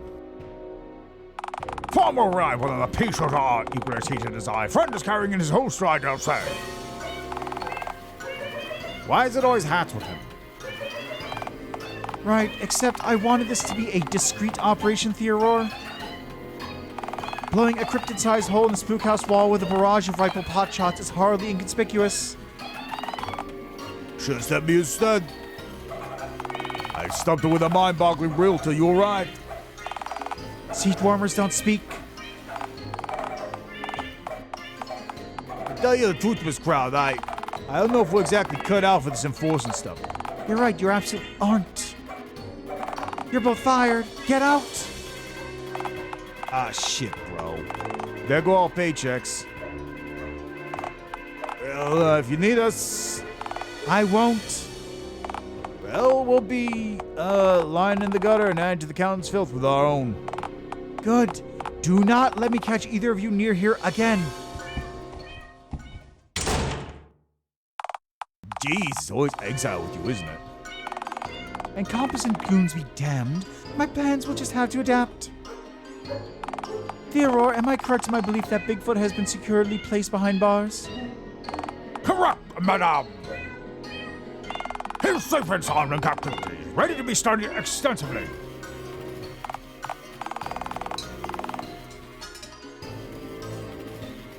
Yes, and who's monitoring his enclosure at the zoo at this current moment? The 2% was for me to ask for my gift shop cashier to observe them. Oh, for the love of God! Go watch the Ape Man, Theodore, and stay there. The last thing we need is a containment breach within a containment breach. Ah, but think of the research possibilities, Your Highness. Why, if I were to gain the opportunity to observe Bigfoot in an uncontrolled environment? Yes, and then think about my chances of re-election. May I remind you that I actually need to receive votes to get re-elected? So what if you lose the love of the great and washed? Don't you always rig your elections anyway? That's exactly my point, you half-pint half-wit. If nobody votes for me and I still get into office regardless, the dumbasses will finally figure out that our ballot boxes are merely poorly disguised swans. Then the ballots get investigated by the commission and discover that I hired you to create crude crayon forgeries of the shredded ballots. I'd have to pay a lot of plebs to make off a catastrophe like that disappear. Ha! You said catastrophe. I have killed before, you know. Just go, Theodore, and make haste. Oh, and take those ghastly eggs with you lest their mucus binds them to the table and they become a permanent fixture in the room. Superb! Onwards and upwards then! Farewell, my friends! Wonderful. And with that, I've halved the number of cretins left in the room. Do Abel next. Oh, speaking of Abel, No, please, I have a family! you left the sticky note that I gave you on the side of the green one's nest upon collecting their filthy shelled offspring, correct? Oh! Oh, yeah, I did, sure. Excellent. That's the rest of the plan set into motion then. Sticky note makes it the rest of your entire scheme, huh? Must be one hell of a note. Oh, yes. I think they'll find the note compelling, to say the least. After all, the note says if the two don't instantly surrender themselves to me, then I'll be dining on green omelets tonight. Wait, hold on. That's one of them reality thingies again. Plot hole. Nasty fellas. What are you blathering about now, you disheveled mongrel? See, that no makes no sense because you'd lack the supreme depravity and need to scoff down the unnecessary fiat and consciously reveal nuclear omelet. Besides, you just gave the eggs to Theodore. This isn't a plot hole, my daft canid screened employee. I simply lied about planning to eat the whatever you call that wretched dish in order to ensure the green one complies with my order to surrender. My God, that's devious! Thank you. That was the compliment. You just made me use my own name in vain. Now I can sit back, pour myself a night goblet of milk, and... Yeah, nah. Excuse me? Mayo, you forgot the plan if the cowboy decides not to bother coming that green bozo into the fun fair itself. Why would that be an issue? They'd simply reunite the green one once the...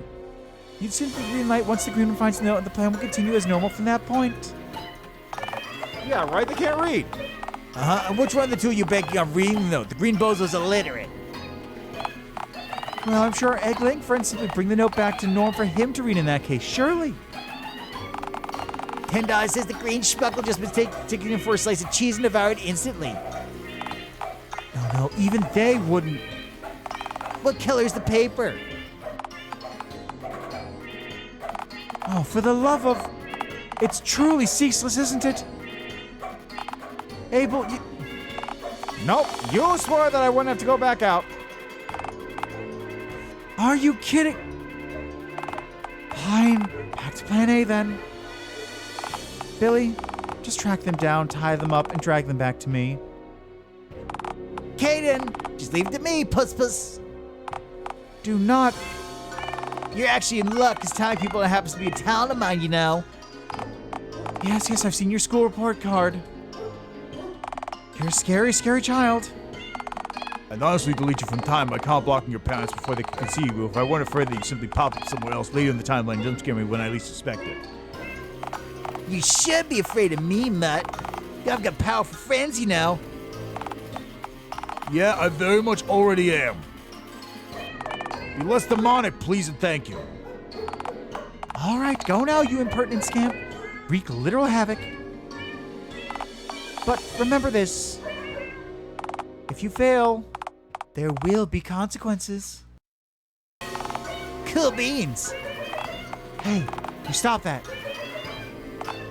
I was being intentionally menacing. That means I get the last word in. Have I made myself clear, Runt? Okay, sure, whatever. Good. Now, get going. And if you disappoint me, I'll make sure you won't soon forget it, so help me God. Did you just take God's name in vain while sitting in the same room as the dude? What did I just...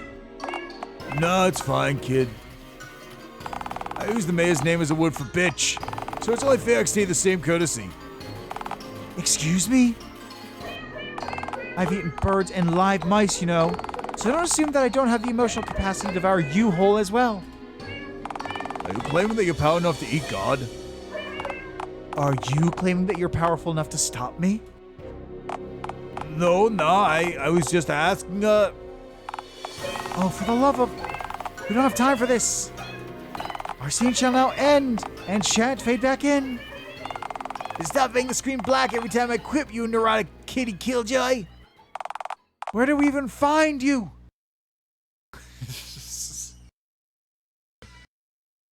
You son of a mingus. Wanted, reward, you get to live. So, about Mills Captain.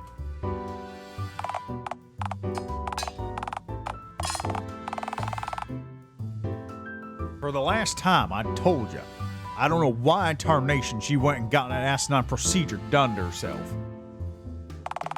Other than her grandpappy happened to have a cat that looked the exact same as she does now. The connection's lost on me. It just don't make sense, you know? What possible nomadic plan could allow her to be a Dialtown but not us? She's a bigoted, bushy-tailed bandit, partner. She's a nut job, plain and simple. Trying to understand someone like her will just leave you with a sore novel. What are we doing rambling around down here anyhow? I understand the plan now, I think. Want to avoid getting detected. Surely we want to avoid passing through places where we might get spotted by prime pedestrians, right? Alright, you think you'll find anyone down here at this time of night? I mean, right Christ, the place tends to be deserted enough before rat hour hits. Do not explain to me what rat hour is. But you didn't even ask. Because I don't want to know. Alright, you baby.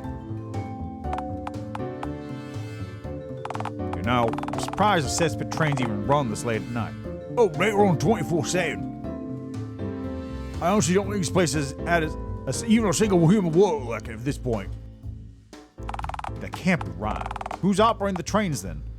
Robots, or ghosts, maybe? That's ridiculous.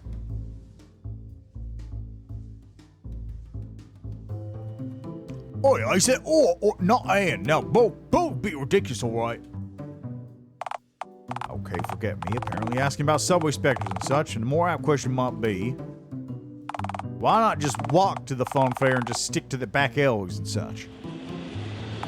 That way we'd avoid dealing with wheeled automatons or our extra-worldly vehicular visitors.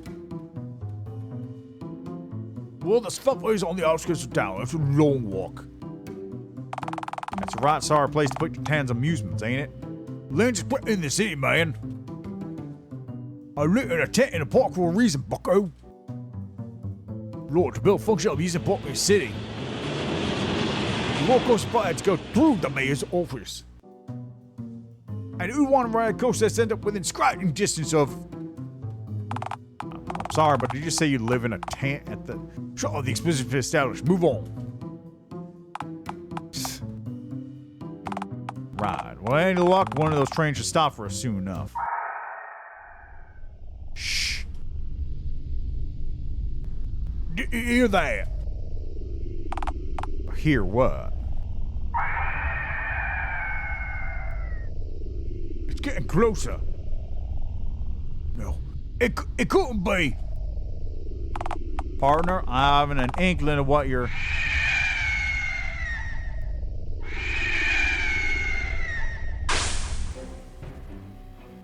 I've got a fuck. Billy's back, bozos. Who in tarnation? Yeah, it's really good. Just in the background, just... Little bird, my arch nemesis. Hang on, I thought it was Fezzi's arch nemesis. Oh yeah, actually that's correct. But I think you're just a fucking dick then. Iotophone, do you really have to use such vulgar language around kids? So, you think that's vulgar, huh?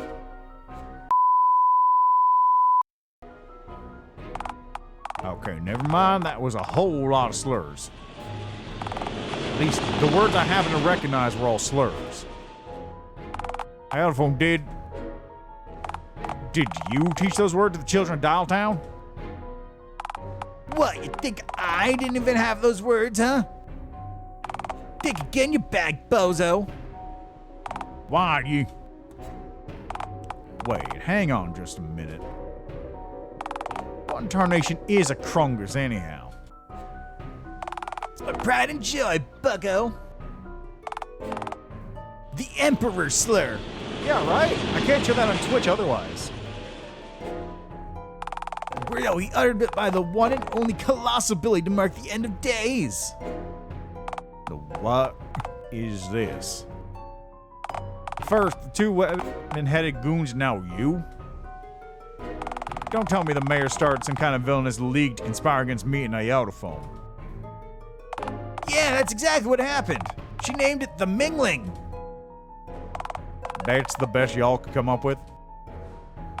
Hey, I didn't name the stupid thing. I'm just here for the perks, man. Alright, can we hurry along there, I guess?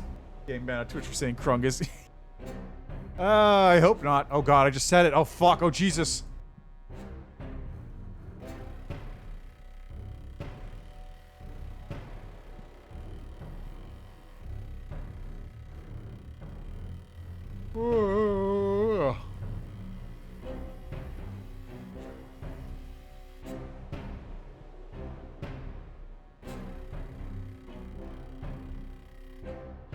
Yeah, sorry, I've just been, up for a while.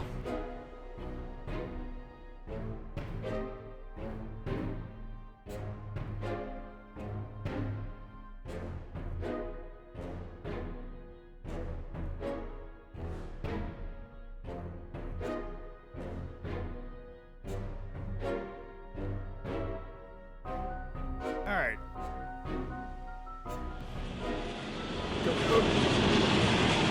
No, I don't need to do that again. Just, I have been up for a bit, so... I might need to take a nap later, but that's only because I'm planning on staying up. It's fine. I'm not falling asleep at the wheel like last time. Last time I did that, I was literally falling asleep. Can we owe this roll, I guess? Yeah. Yeah, this is only the second encounter we had to deal with this far, and it's already getting old. In fairness, the first one was a team for one offer. Honestly, no exaggeration here, those two fools aged me pretty much early. I'm Ajay, Norm. Okay, so here's how this is gonna go down, bozos. I'm gonna hogtie you both with licorice and then drag you straight back to the mayor's office.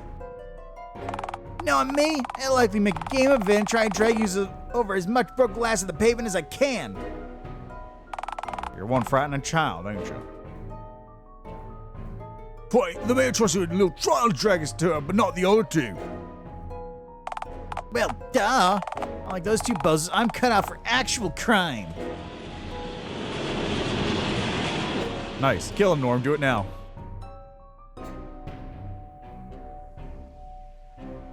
Oh, she gonna be okay after screwing up. Hey, I don't know. Like I care about what's gonna happen to those two clowns.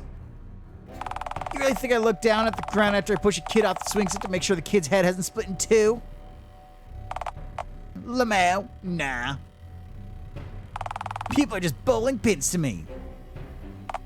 Have you just been running amok the whole time that I spent stewing in my shack? I can't believe you, Billy. I don't know you sunk, eh? Work for the law and order. Work for the man.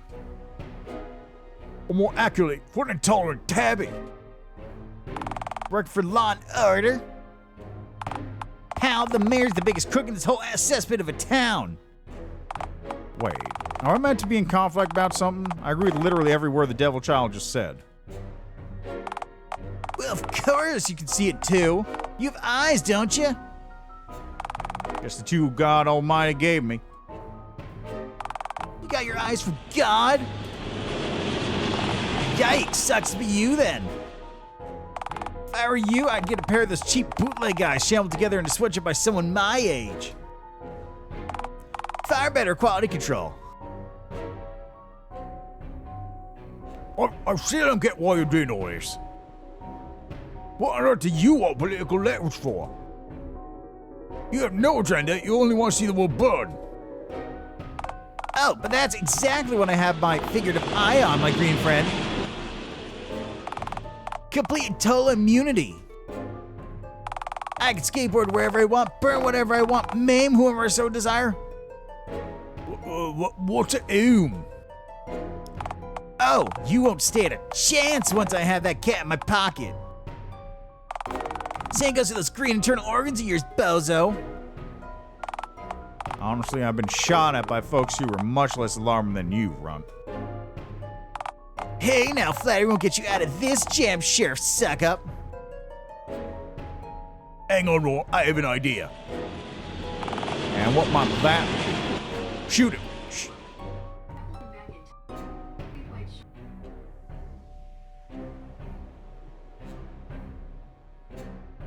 Apparently, my Google Home just detected I said something and thought I was talking to it, which I wasn't.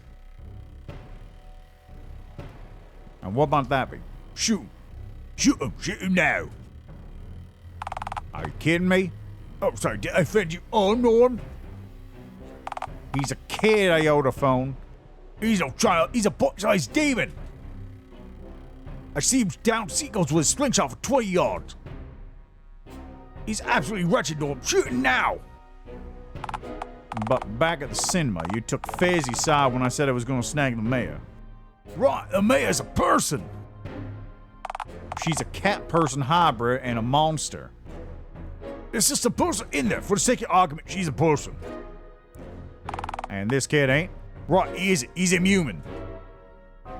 Ayotophone, you know I can't. Oh, so you snagged the mayor, but let's spare little Billy? This little runt's only a half pint. He doesn't know any better. He knows exactly how much harm he does, Norm. He's despicable. You're talking like a loony, partner. Nah, bro, they're right, in fairness. I'm pretty deplorable. Alright, kid. I'm gonna state this as concisely as I possibly can. If you don't leave us the hell alone, you're gonna find yourself with a belly full of lead. Are we clear? Oh, as if I'd lose to a mark. As if I'd lose a mark like Foggy McGee and you, pistol-packing pops. You have any idea how high your bounties are, huh? For the first time ever, you two are wanted, Sticky. Wait, am I sticky because, you know, is it sticky no or because of his sticky no factor? Face. Sure.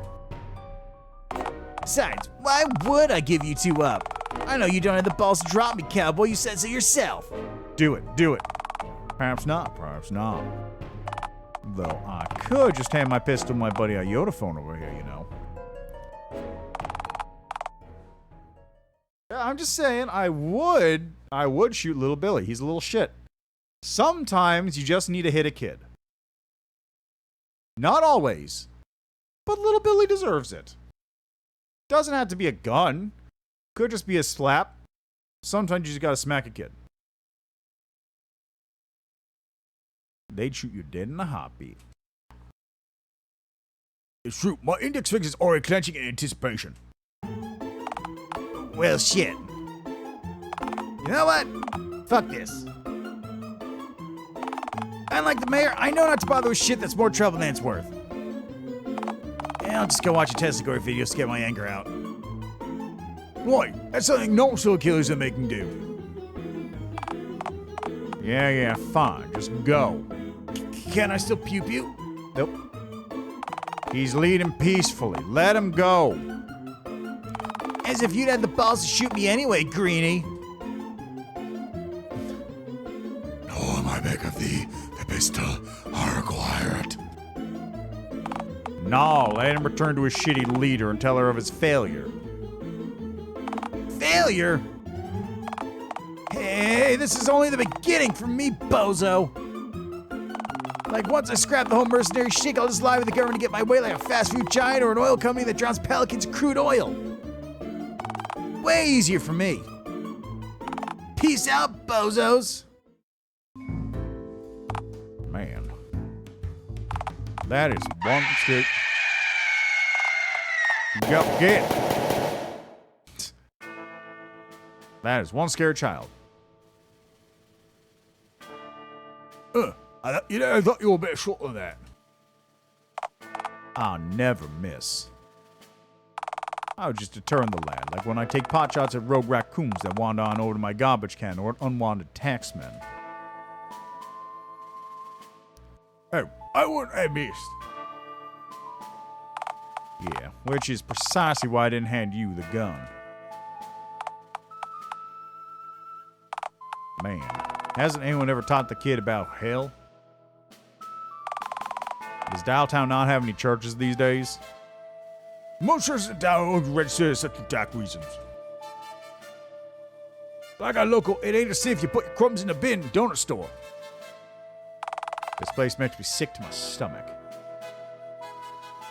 We do have one real crush, I know, but what on playground is that Billy has an eternal ban there. Eternal? You mean a lifetime ban, surely? No, it's eternal. Applies to his scopes too. Priests are terrified that Billy arranged to get his casket booby tracked even when he dies. And like sneak a cannon there that shoots raw meat at the congregation. Oh, set up the funeral buffet food to look like his tiny toothpick chunks of himself. So, I guess the priest ain't banking on the little varmint suddenly seen the light then, eh? Oh boy, no. Priest had a kiss of lost cause, whatever that means. Jesus never called even one of them sinners he made a lost cause, for the record. Right, Jesus never met Little Billy. Jesus was never forced to use the word swanicide once in his entire life. Did Judea even have swans back then? If Little Billy was around back then, nowhere would have swans left, Norm. All right, you convinced me. Talk to the ominous dwarf. Say, how often do the trains tend to stop at this station? Next one should be stopping right now.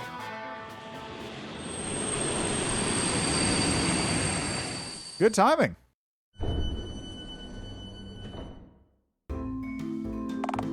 How in tarnation did you... Echolocation. Forget it. Just board the train and be done with it.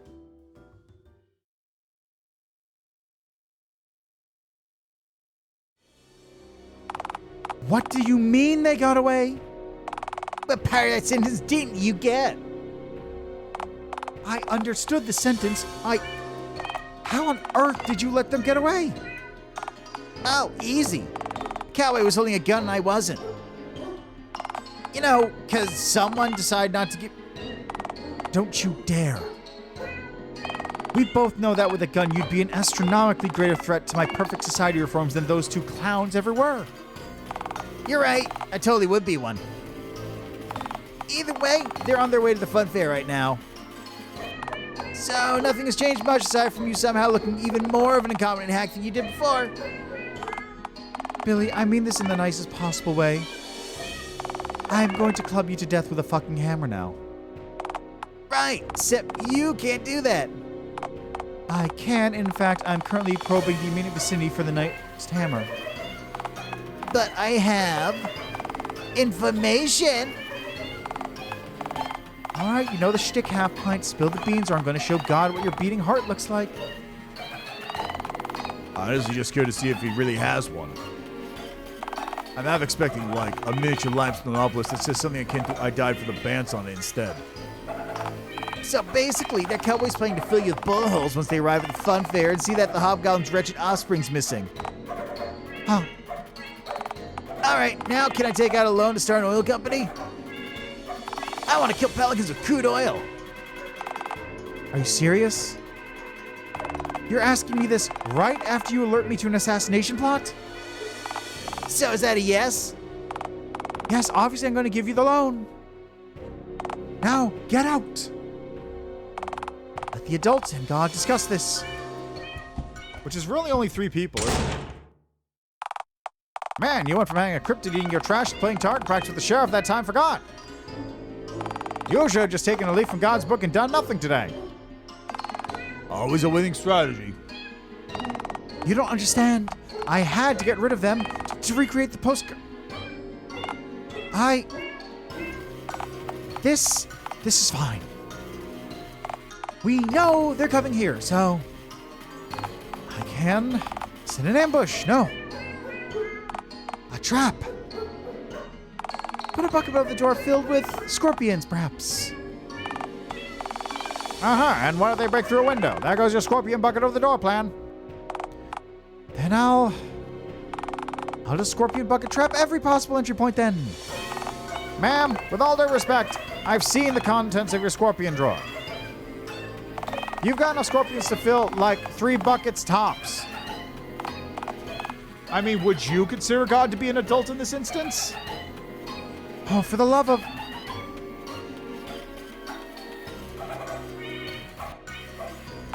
Fine then, Abel. What's your stellar suggestion then, huh? How do you propose we repel the gun-toting maniac that's out for my blood? Well, we could just hide under the desk and hope they won't find us cowering under there. See, I like that idea. Ma'am, can I borrow the Sunday one screen pillow? I want a nap under the desk. No. The last thing we need is for them to make their way inside and find us asleep under there and to dump the contents of my scorpion drawer onto me. Oh, you know, just shoot you. Well, yes, if they truly loathe showmanship. Hang on, nope, I got it. God's figured it out. Send me. Well, that's enough from God for tonight.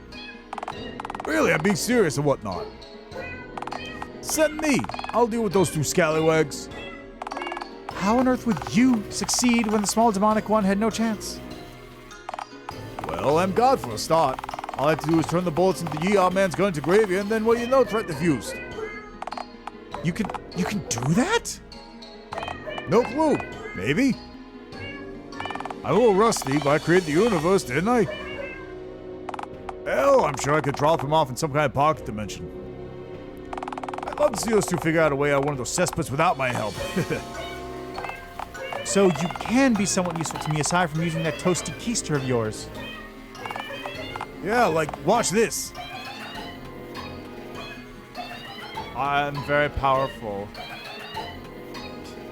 Except God in heart, there is no choice. I don't know what this is gonna be. What the fuck?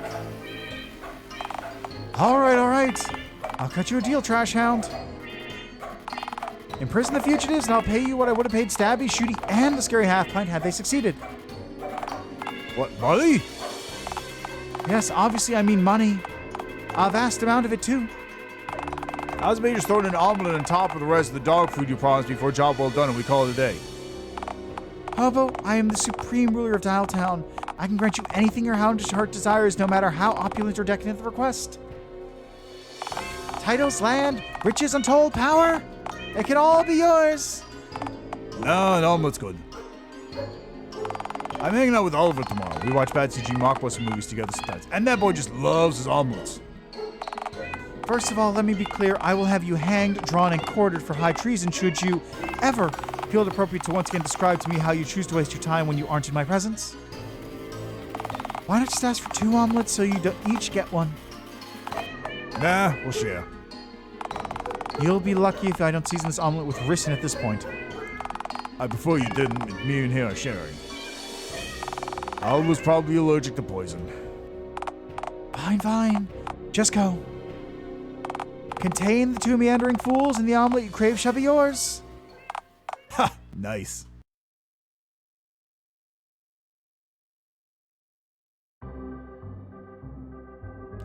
Right, here we are. Outskirts of town.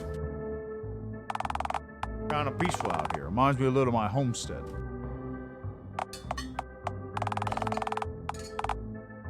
Minus the glowing neon amusements in the background, I suppose. Oh, I told you all not all Tri-Town's such a rotten place. Right, because there ain't nobody around these parts save for us. My attack's pretty much a sick idea. Wait, idea! Nope. I am not moving into your tent with you, partner. Oh, why not? You said that your tent's over in the park, right? Yeah, it is. Why? I don't think I could resist the urge to shoot every swan I see. Vicious bastards. Oh, man, Randy's got love you. Who's Randy? He's a friend of mine and a former mortal nemesis, Swan Guy. Oh, and you're about to meet him. Gotten on Oliver watching bad CG movies sounds about right. Honestly, like it's just like, Hey God, you just want to like chill out and watch this like really shitty horror flick that I got?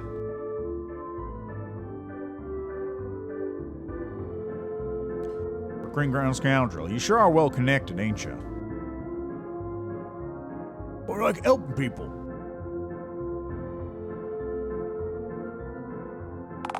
Hey, I don't mean it like that. I mean, it's good that you do, but that just makes this all more rotten. You're genuinely good Samaritan makes the mayor all the more despicable for tossing you to the curb. It's not Randy or anyone else's fault the mayor did that to us.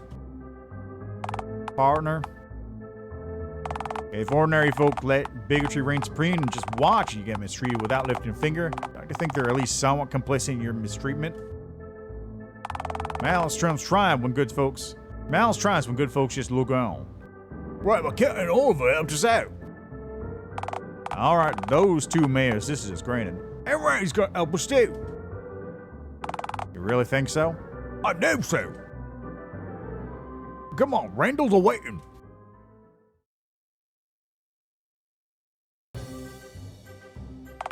So much for him awaiting us, he ain't even there. Oh, he's asleep inside the boot. He sleeps in there. Not a very good employee, is he? Sleeping on the job? Oh, you misunderstand. He isn't on the job right now. He sleeps at work. Partner, I don't mean this in a mean sort of way, but I reckon if the human ancestor that sprouted legs and crawled out of the ocean ever knew of the efforts that result in Randy's life, I reckon if the human ancestor that sprouted legs and crawled out of the ocean knew that the efforts result in Randy's life being a thing, I honestly reckon he'd crawl back into the ocean and gnawed his own legs off just in case he changed his mind and wanted to give Eva another go later on. Hey now, on rear go, he slept in a dumpster. Huh. Well, that's progress, I suppose. Alright, we're gonna need him to wake up. Oh, that's easy. I know just how to wake him up. Just forget he's got a skish and the slightest.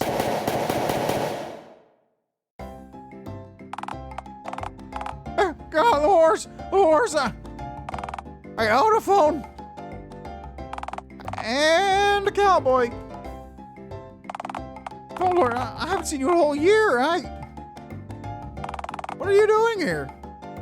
Hey, man, yeah, we got you a favor.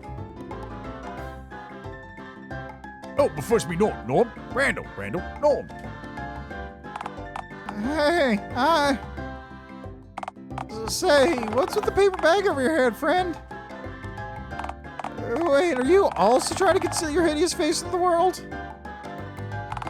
Didn't work for me. People said they could still smell my virginity through the bag. Please, cease your gibbering and jabbering, partner. You're bumming me out. That's not why he's hiding his face. He's a normie, Randy. I told you not to call me a... Wait, really? In the flesh? Head? Huh. I didn't know that, that your type were, allowed to be here in Dialtown. Nah, I was exiled from town years ago, just like your green buddy was last spring. I don't know if I should be more afraid that you're a normie or a cowboy. I had a few bad erotic experiences with yeehaw men, you know? I don't know whether to chastise you for implying that you should be afraid of normies, or question how you somehow managed to grow a sexual distaste for cowboys, given how few of us are moseying on around these parts. Wait, before you do decide whether or not you wish to chastise or interrogate me, did I mishear what you said that AyotoPhone was also exiled from Dialtown? Yeah, you see, Randy, also would tantalize a group breakfast. This will go smoother if I explain this all again. Barely comprehensible frantic explanation later. Huh. Frankly, I also would have eaten the Queen breakfast a year ago before I managed to land a job that allowed me to actually buy my own food. Probably would have picked the syringes out of it first, though. Poppycock! Syringes add flavor! Yeah, and that flavor is plastic. So, on a more relevant note, what is it that you two need from me? We need to enter the phone field. Gotta check for my eggs are alright. Oh, that's no problem. You two can go right in. Let me know when you need to open the gate. You know we don't have any money, right? Well, AyotoPhone doesn't. The bills in my wallet have phoneless presents on them, which I doubt your boss would accept. Hey, it's all good. AyotoPhone never has money. They eat gravel and live in a 10-meter yards from a swan-infested pond, so that's kind of a given, you know? They eat what? But I owe AyotoPhone my life, Norm. They got me this job. Saved me from living in a literal dumpster. If they hadn't pushed me to go for this job, well, I never would have realized I deserved better. I'd probably be incredibly dead by now. In all honesty, lying face down in the pond, being pecked at by a ravenous waterfowl. Oh, while a hotline customer is still on the line asking me if I'm feeling randy tonight. Alright, I only got some of that, but it all sounded immensely hellish. You have my sympathy, partner. Thanks, but I don't need that anymore. Thanks, AyotoPhone. I've had time to heal. Here, wait! Freddy, your hinges, they're gone! Since I don't have to wrangle hostile feathered shredder dinos every day, my hands have time to heal too, I guess. You don't know how much of a difference you made in my life, AyotoPhone. I never would have stopped feeling sorry for myself or realized that my happiness is in my own hands without you. Jeez, is there anyone in Dialtown that you haven't helped, partner? This is starting to get borderline ridiculous. Well, I mean, his head's still broken. There's no coincidence, Norm. They even gave me a new head for my bandage. Normally, I'd presume you said those two words the wrong way around, but I've seen weirder things today.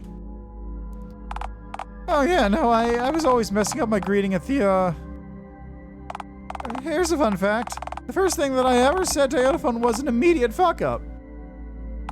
Set the bar at an appropriately low level the moment I began talking. And still, AyotoPhone gifted me my new bandage. Made me feel like a tough cookie. Every day, I try to live my life decisively, to live up to the bandage's expectations. They say you gotta fake it till you make it, after all. What I'm saying is, AyotoPhone doesn't give up on people. I'm beginning to understand that now.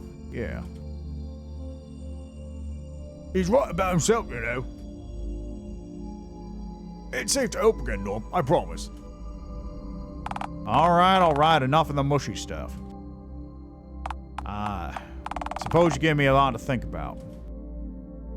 Come on, let's just go tend to those eggs of yours, alright?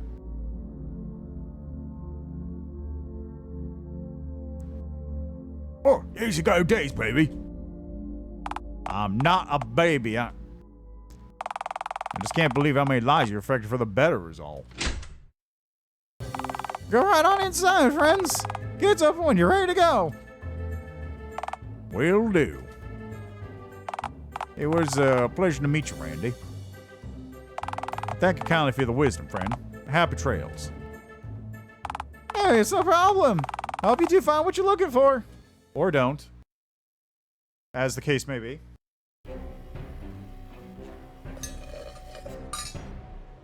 Look, where are the eggs?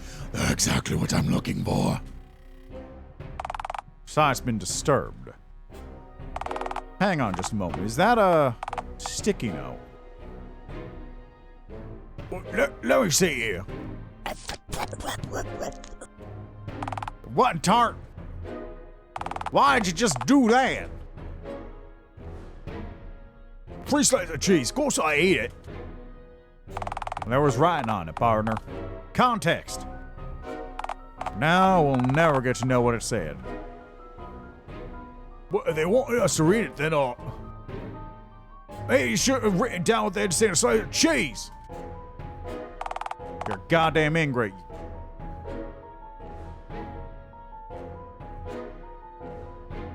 Well, Hold on a second. I'm just checking something, huh?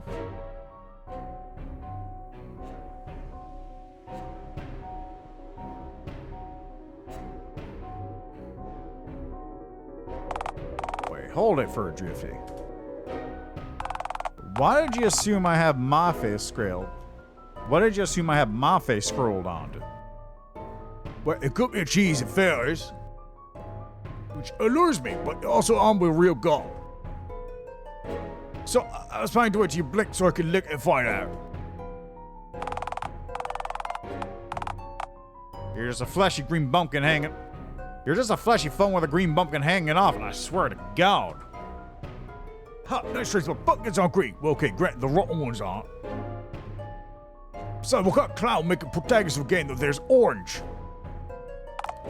What? Hey, Bowles, what's the hops? Oh, speak of the devil, or speak of God? Norm, me God, Norm. Howdy, Bonnerino. Mighty naughty day, ain't it?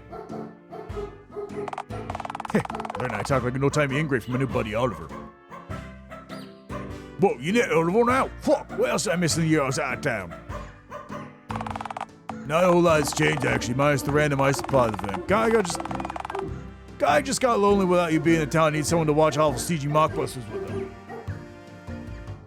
Just approached me on the street and asked if I wanted to come over. Mentioned he tried with someone else, but apparently his Randy character was too afraid of the dancing CG critters to finish the movie with him. Personally, I'm usually too drunk to keep up with the full motion picture, but hey, I'll take pretty body proof where I can get it. Iotophone, I'm mighty disappointed in you for lying to me. What? I mean, yeah, I like supposed to be, but which lot, huh? You seriously expect me to believe that this fella is God? I'm a God-fearing man, you know. You honestly think I'd be gullible enough to...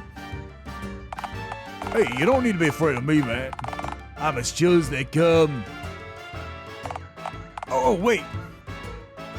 Ah, shit, I misspoke. You actually should be very much afraid of me. Sorry, my bad. I'm not used to being an active threat. What's all good? What's making you feel all aggressive today? Oh, right, yeah. Yeah, the mayors are looking for you, too. Really? The mayor hired you to come and retrieve us? Yeah, and boy, she must have been a special kind of desperate to have it done to me of all people. Why are you doing this, Goldman? Surely you got other stuff to do with the time. You're better than this. Nah, I'm really not. Shit, you got me there. Lord, it's like watching a preschool negotiate with a particularly crafty stray dog. You know, God, I never picture you as a mercenary type, in all honesty. Really, it seems like too much effort for you. Well, yeah, normally it would be, sure. But would you believe it? She offered me an entire omelet in exchange for me bringing you two fellas to her. I'm seeing Oliver tomorrow, and I want to look like a big shot for the boy. We're watching that awful CG rat mockbuster tomorrow night. Rat or whatever. Seriously, a quarter of the movie's runtime is just awful CG rats complimenting that rat restaurant's food. Iotophone, I'm having one of the murderous thoughts of mine again. Thanks for the heads up, Noel. By the way, hey, God, have you seen my eggs? Oh, yeah, sure. Sweet. What's that happening, my man? Mingus told me to ask you where you think she's getting the eggs from my omelet from. The fridge, I think. Oh, right. Yeah, that's, exactly where I would assume she would have dug around for him, too. Right. Yeah, no. She says she's gonna cook your unhatched babies. Unhatched babies. No, that's like five omelets worth of egg, though.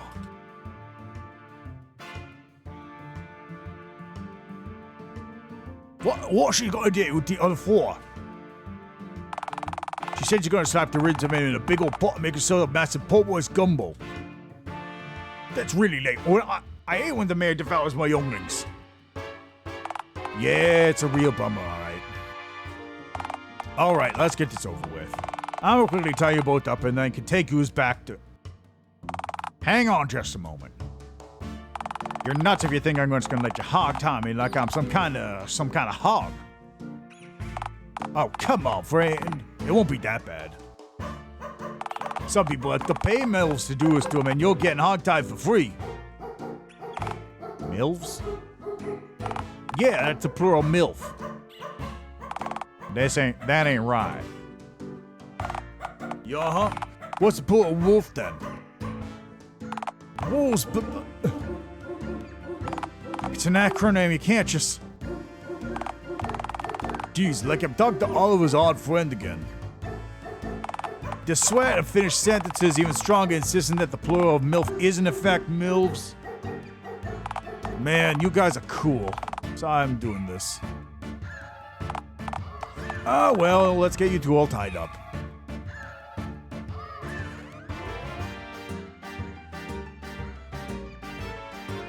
I'm really surprised that Ryan doesn't agree that plural MILFs is MILFs. You'd think someone who worked for the Phone 6 hotline would know better, right? AyotoPhone. There's a lot more at stake right now than your bandage pal correctly understanding that the plural of MILF is in fact MILFs. No, you don't understand. This is important. What's important is shooting the mayor before she devours your young, damn it. Okay, fine. That is pretty compelling. Let's kill Milby Angus. For the heck of it. Well, yeah, and to save your kids. Yeah, and that too, I guess. See what?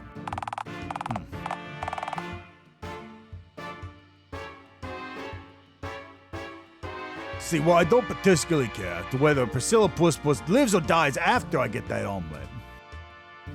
The mayor gave me explicit orders not to let you shoot her in the face, and I really want that omelet.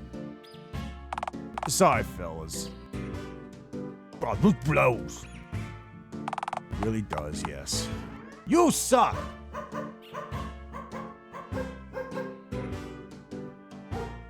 Okay, scratch that. It was really rude. That was more than justified. Oh, we're the good guys. We don't like to be rude. I'll be as rude as I like to folks that are trying to kidnap us. Okay, kidnapping is also pretty rude, granted. I'm just saying we're better than this. Come on, friendos. Can't you just be happy for me? I'm getting a free omelet. Yeah, I'm one made for my AyotoPhone's unhatched kin.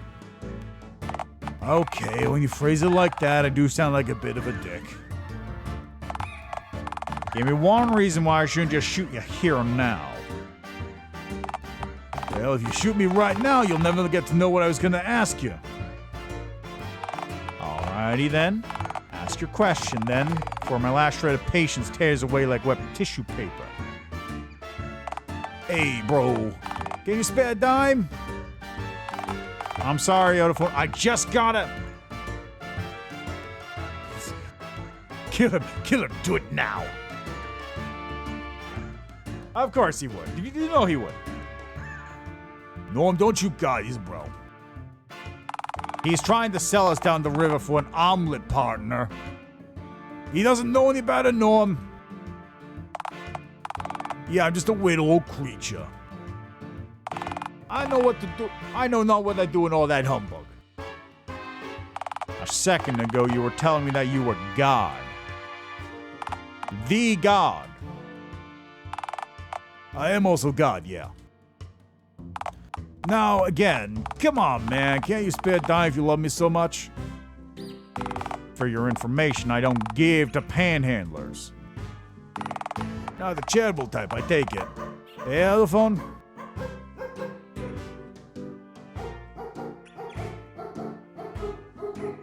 Not with money, no, and especially not with kindness or feelings. I'm trying to help you out, you know. Pal's got quite a temper, AyotoPhone. I'd rather have a temper than be a worthless grifter, partner. The real God never begged from his children. You ever gone to church? Of course. I went every Sunday before I got exiled, as a matter of fact. The church hands around a donation basket every week, pal. Courtesy of the Big G himself. Not a cent of which actually ends up in my greasy paws, by the way. So yet again, I insist. Surely you can spare but a single dime, my lord. Did he, though? Well, if you're all powerful, that means you can conjure matter from thin air, so why not just create some change of your own, huh? Well, I'm back from honest, hard-working folk like me. Hey, I'm Rusty. The last time I created the universe, it instantly exploded.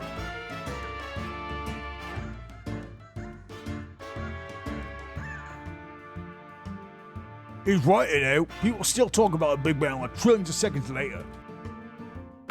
Yeah, it was kind of a big deal.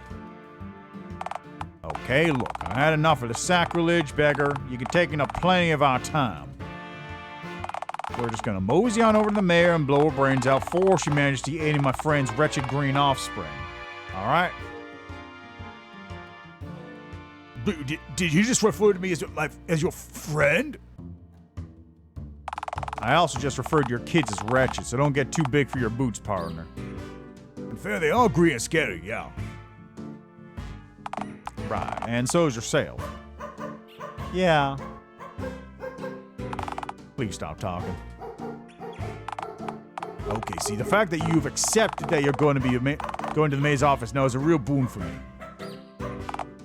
But your adamant not letting me tell you up shtick is starting to irritate me.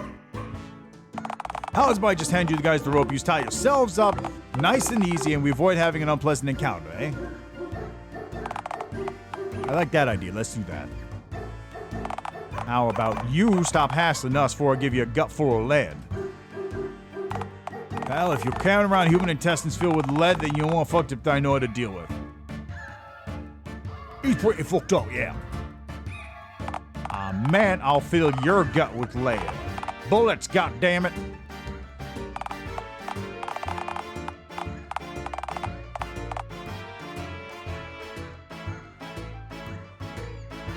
Up.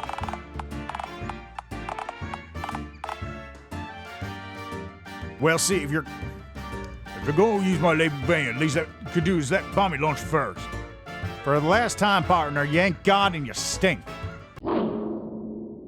Enough.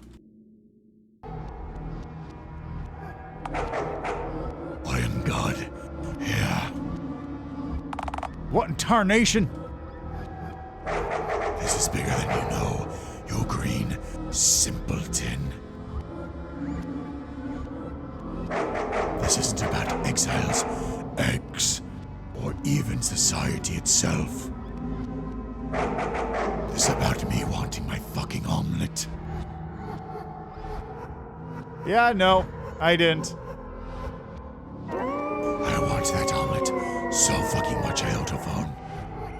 I will tear you apart molecule by molecule if you dare stand in my way, you tiny, goddamn fool. If I can create all of this useless fucking garbage around us, then I can watch it burn without feeling anything. Mother of God. That's right, fuckers. I'm going Old Testament style again. It's omelet time. So this is who I've been sending my prayers to for my whole life? Oh, your prayers were dog shit anyway, and I turned out eons ago. Oh, why doesn't Dialtown think I'm a good bloke? Oh, why can't I get it up? I'm wearing my erotica hat. I should be as hard as a... Hey, those are meant to be private.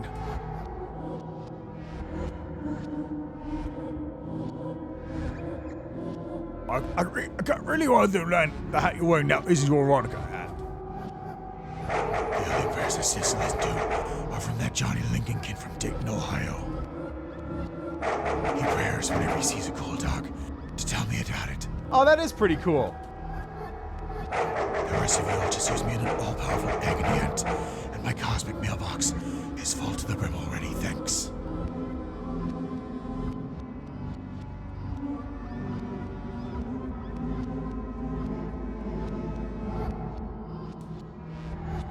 Oh, okay, I gotta take a second after doing that voice. So, Strange God, this isn't you. You sold out, man. Bullshit. I haven't sold out, dude. Your giant floating many-faced symbol you got. That's not ideal. Come on, man. Don't do this to me. I created the universe, bro. I shouldn't have to be begged for omelets. I should be at the bottom of the food chain. You're happy at the bottom of the food chain, dude. You get up to every day and greet trash. It's your true nature. I mean, ask her are you actually having fun right now? Shit, this fucking sucks. God, for Pete's sake, if you're that sore for an omelet, I'll make you one. You can cook? I've lived alone for years, partner. You're goddamn right I can fry up an omelet. I can go for an omelet. Good lord, I mean, there's only like 3 steps involved. It's frankly astounding that you can't, given how long you say you've been alive and kicking.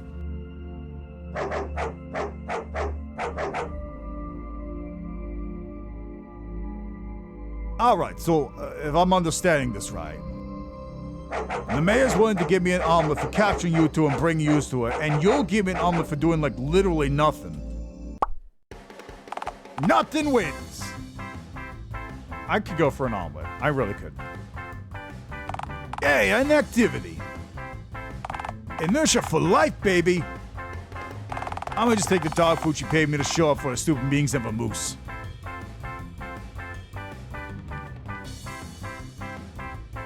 That's great, but are you afraid to double cross it? Oh, please. What you gonna do? Take away your dog food and send you to jail? Who cares if she sends me to jail? They serve the same child there anyway. All right, then. Now, phone. Looks like we got ourselves some eggs to go and wrangle, huh?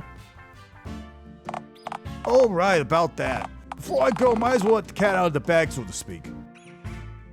Your eggs are fine, my dude. Theodore has them. Of all people, I could have asked to be that guy. So you're familiar with the egg clutch environment, then? I guess you could say we have a history, yeah. Huh. So, if What's-His-Face has him, why in tarnation did you tell us the mayor was gonna eat him, man, huh? I don't know, man. She told me to. She figured you'd cooperate better if you thought she got used by the balls, I guess. No. See, our first instinct was to kill her with an even greater amount of haste than what you told us that. Yeah, I know she's floundering, my dude. Her plan's in literal shambles. I mean, why do you think she hired me of all people to come and get yous? Like, you guys don't even have to speed walk at this point. There's no urgency. Take a stroll. Lick some of the broken glass on the pavement. I know you two have tongues over there. Go nuts. You know? Thanks, partner. I suppose I'll see you around, especially since you're apparently everywhere. You think I'm everywhere? I'm barely here right now. Don't worry, your little fleshy nog about tracking me down. I'll come find you next time. I won't forget about that omelet. Ciao! You know, some days I often found myself wondering why a loving God would leave my prayers unanswered, but now... Well, now I reckon that may have actually been a blessing in disguise. Exactly. He should have given you lousy advice how you answered. You're goddamn right he would have. He would have just told me to eat trash or something else to that effect, every time. Or something is redundant. That's exactly the advice we're getting you. Then, give the Lord please chance and baby. How in tarnation can't you read but still have enough sense to use the word redundant in a proper manner? So, about that Theodore fellow the bum mentioned. You mean God? It's much easier for me if I just pretend he ain't God. Fair. Continue. You mentioned that you and this Theodore fellow have some kind of history. And from the tone of your voice, I gather you ain't exactly frolic and pick daisies together. Oh, right, yeah. Theodore's the zookeeper over at the Dialtown Zoo. I used to live there, you know, inside one of the enclosures. You lived in the zoo of all places? I mean, I do live in the middle of a tent now. If there were a handy-dandy list of places for cryptid folks to reside in, the zoo definitely be at least a notch or two below your tent, if you ask me. At least your average tent is specifically intended to house human life inside it, you know? Living in a zoo enclosure is, yes, degrading. You're telling me I was spent quite a while in there. Boy, I can only imagine. How'd they even get you to willingly stay in there for that long? Well, I didn't have much of a choice, did I? Come on, partner. Surely you could have found somewhere else to live. Hell, a dumpster would have been less belittling. Friend... what's his name? I want to say Randolph? I honestly don't care about... to think about the freaky little man. It's close enough. Even if she shows her legs, it's close enough. Sure. He seemed to make a living in dumpster work somewhat. That's not what I meant by I don't have a choice, Norm. You don't mean... you were allowed to leave when you wanted to, right, partner? Son of a... I'm gonna fucking kill him. No, it's fine. It ain't fine. I didn't serve in the Air Force, watch my friends get shot down, fight for freedom, just so folks like him and the mayor can strip it away from folks like us whenever they feel like it. Just brings my blood to a boil seeing folks get their freedom, their humanity stripped away. It ain't just, partner. Relax, Mark. Norm, my eggs are in danger.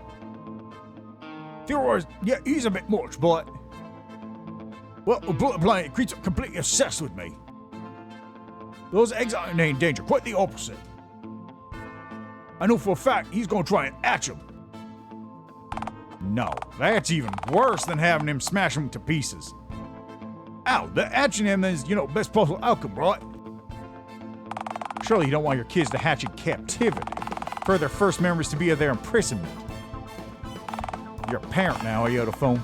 It's your duty to ensure your kids get a better life than that. Well, someone's over ain't about my past all of a sudden. You said to yourself, we're not unlike, partner. Okay. You didn't have to quote the partner bit, or my phone, but... I was wrong, okay? Exile's bad because being told you can't go somewhere you should be able to call home is obviously dehumanizing. But being told you can't go anywhere but the confines of a dingy little cell? Screw dehumanizing, most critters don't deserve that sort of treatment. Even most of the garbage ones, such as pelicans and the like.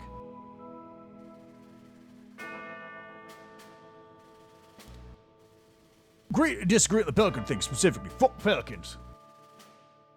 Imagine being able to use your bucket and not being perfectly grateful for it. Bastards. Oh wait, back in your time, did pelicans bite, pre-dial-up? They sure as hell did, yes siree.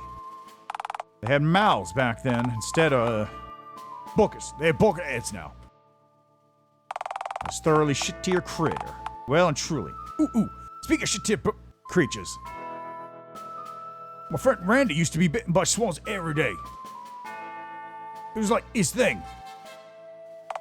What sort of heads do those things have now? Paper shredders. Dear God. Phone Pope should have that man canonized as a saint for his service to humanity, keeping Dialtown safe from the menace known as swankind.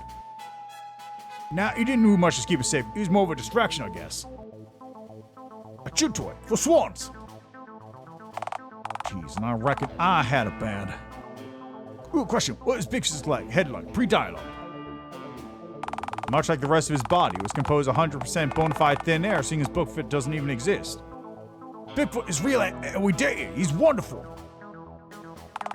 Bigfoot ain't real. I simply refuse to budge on this. Most of the world probably thinks you aren't real, yeah? Yeah, because the mayor tried to have my existence covered up. I mean, you could have hitchhiked somewhere else, right? Dialtown is right next to a highway.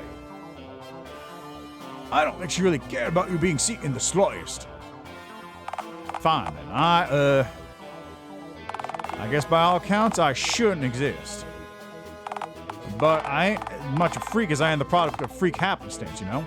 Normality is relative. That's what's mundane to you is.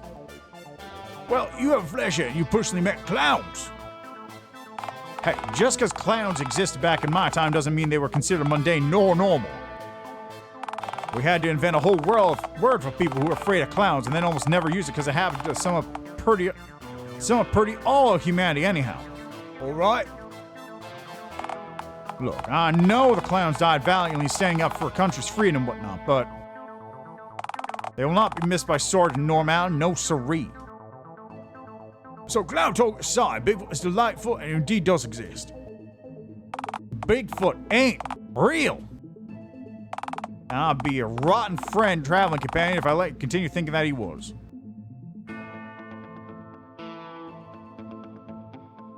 I know Bigfoot better than I know you, dude. And frankly, I trust my life before I trust you.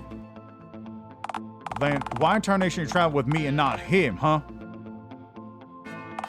Because he ain't real, right? I figured as such. Because I needed someone on the outside. Also, if Bigfoot was also hanging around at your path, I'd have dropped you like a hot potato. I can kill you in a multitude of agonizing ways and with relative ease, you know. Go on then, do it, bitch. Are you just like allergic to any and all positive character development? I'm still working on myself. Well, you should work much, much harder.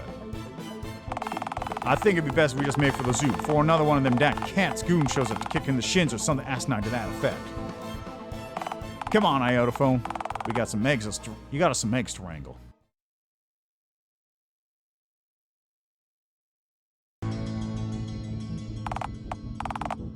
All right, I'll be back in one moment. I'm gonna get something in me to eat because I'm a little weak in the knees because I normally eat around this time, and also I just need to stretch. So I'll be back in a moment.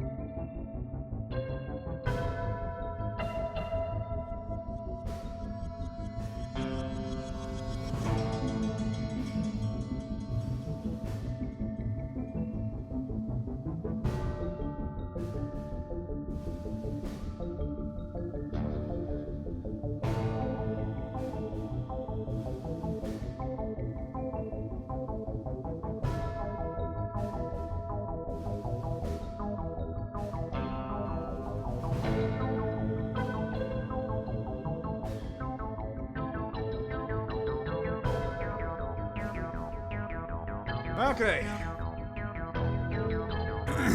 Back to it. We're getting there. All right, what's our game plan? I say we walk in and grab the eggs. That's the plan? Well, we don't grab the eggs. How are we supposed to get out of here? I mean, we're hardly accounting for us fancying any resistance, are we? What about security? The baboon is closed, got padlock now. We're safe. I'm afraid I don't understand. 06 April 2006. Never forget it. AyotoStreaming, what the fuck are you talking about? Uh-huh. What's this I see?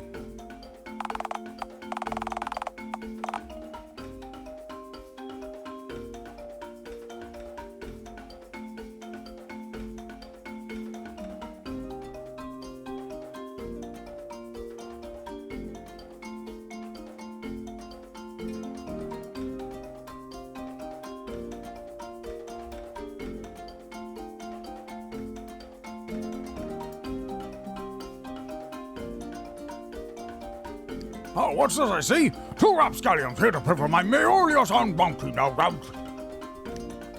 What in tarnation is he saying? Why does he have a mustache on a phone head?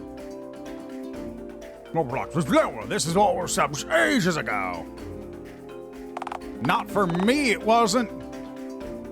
Why does he have it?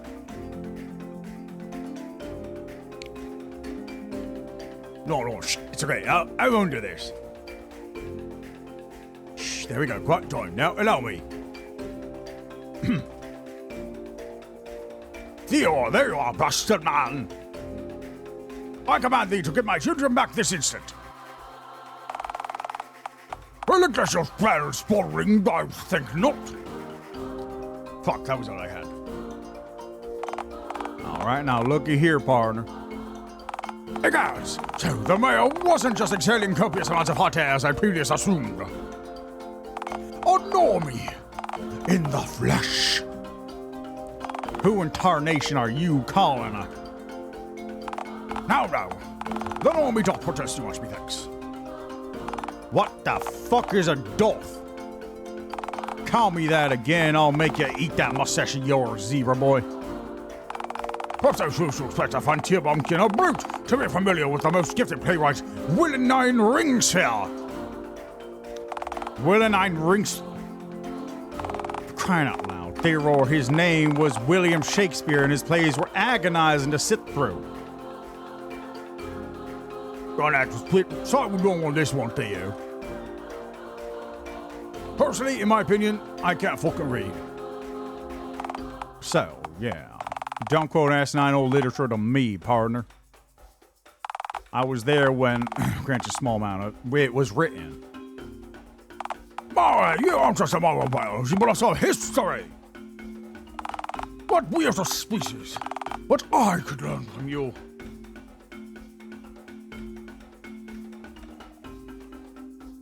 No, I have a plan. I'll try words first, guns second. Fair enough. We'll return to my idea later then. Look, I'm gonna talk straight here as that happens to be the only way I speak. You're a monster, partner. Taking away the autonomy of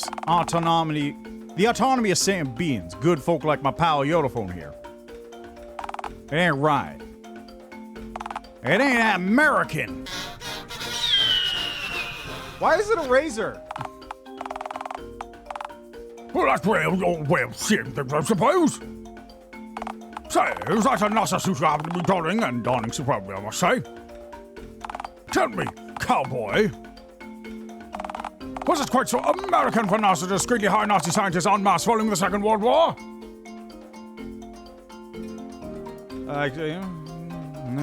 Yeah, fair.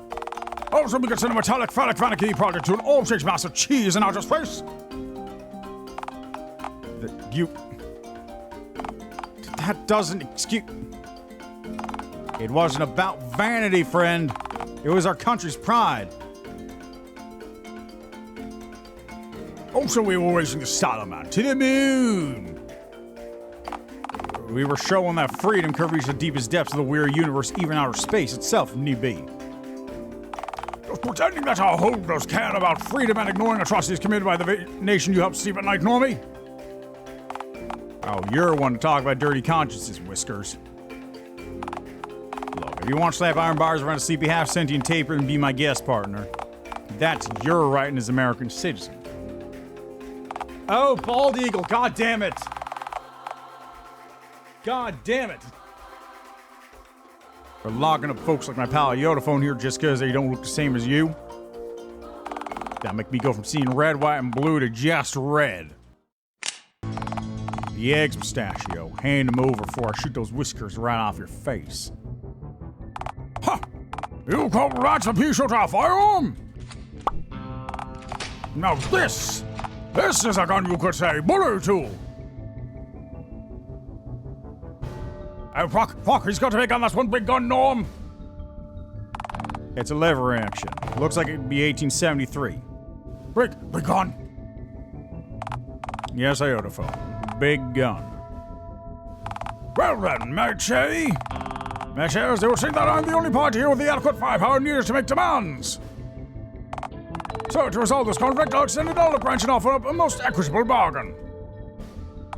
If you wish to remain with your younglings, AyotoPhone, why, I think I could arrange that. Arrange what, though? A luxury enclosure, one with ample room for you and your younglings to romp, roam, prance, and frolic around in. I would give most anything to study your parental instincts up close.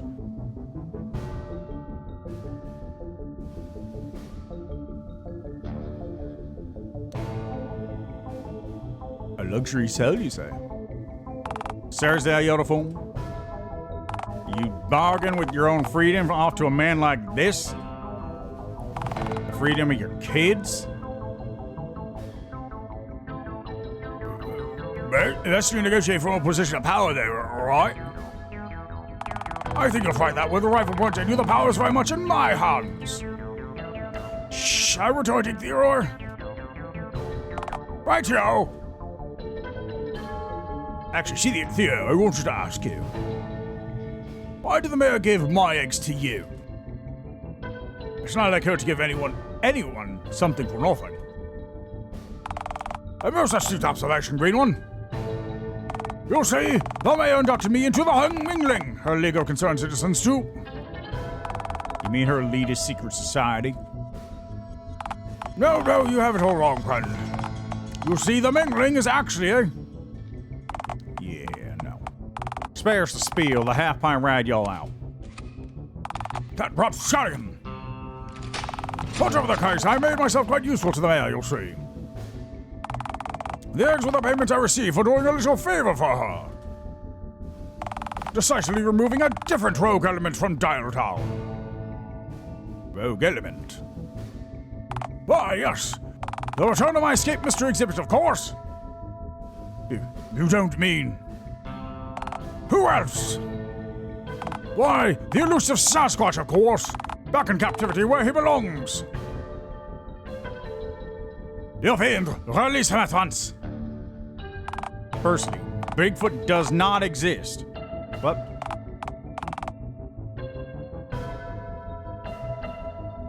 he does. I've met him, Norm. I know I happen to own him.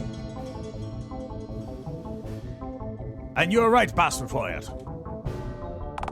And secondly, why did you get more upset to learn that this fella supposedly captured Bigfoot compared to, say, your children?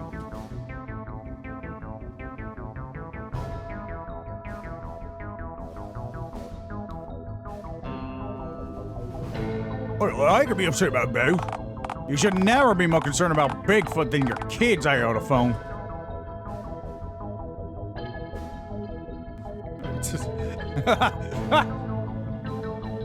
That's your opinion, but I respect it even if I don't agree with it. Ooh.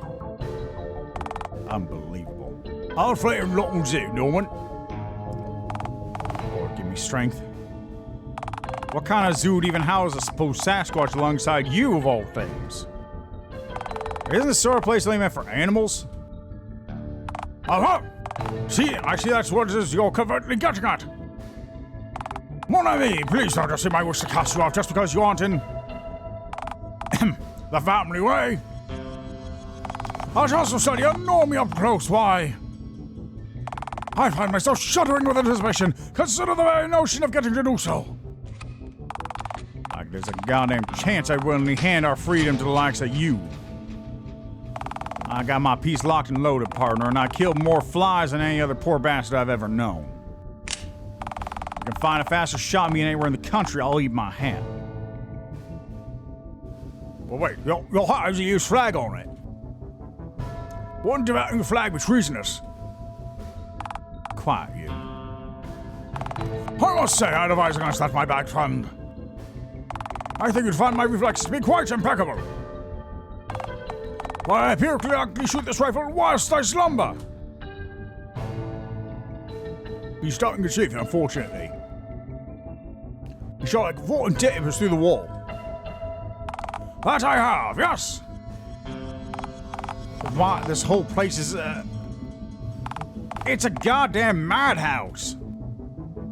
Shooting tapers through the wall like fish in a barrel. You're no hunter, and certainly no man of science. No, that's very untrue. I'm wearing an astronaut suit, partner. I reckon I understand science, thank you very much. Right, but you're also in a cowboy hat with an American flag on it. A hat we have choice for me, just spoils fancy schmancy science and shoot at healthcare.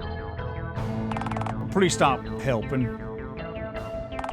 Look, you don't even need to be a scientist to see this place nothing more than a graveyard of genuine understanding. Do you honestly think you can judge a creature's natural behavior from an observation point outside a cramped concrete cell? None of this is scientific in the slightest, and frankly, well, you're an ingrate, partner. Plain and simple. Why, I never. I've done my share of field work, and I'll have you know. Why, I insist on wrangling every creature that I have on display myself.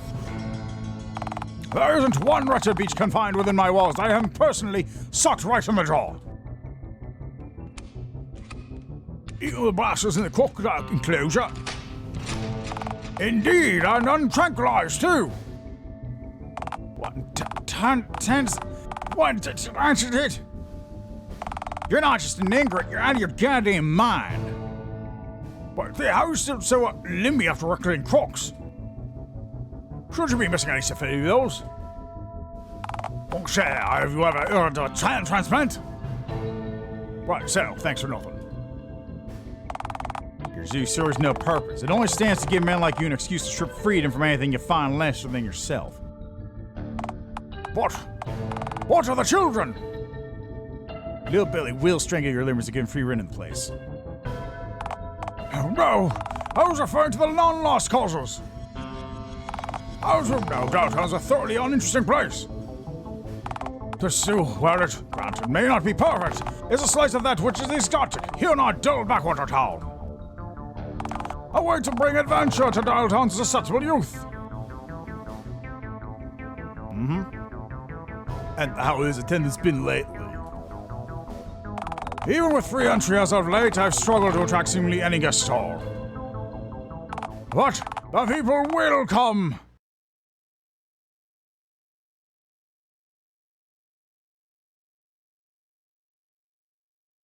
Theo, my dude, this place is depressing.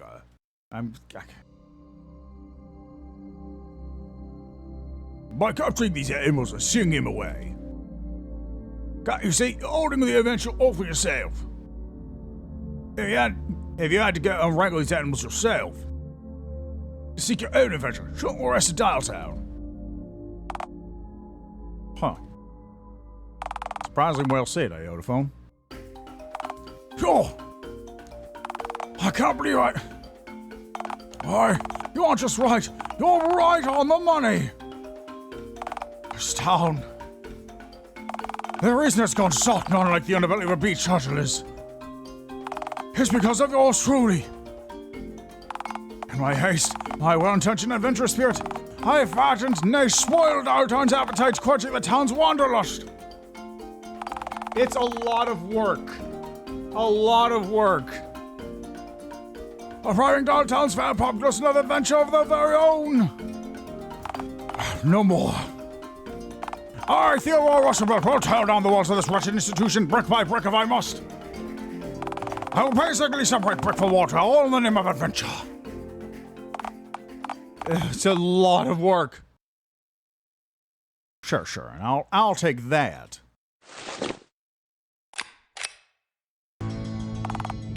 Finally, some real firepower.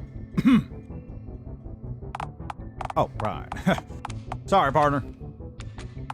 I'm a simple man with simple pleasures. And lever-action rifle is what I like to call a universal pleasure. Annie, I believe you are some eggs, Station McGee. Ah, yes. 5 calcium-coated green bowling balls coming right up.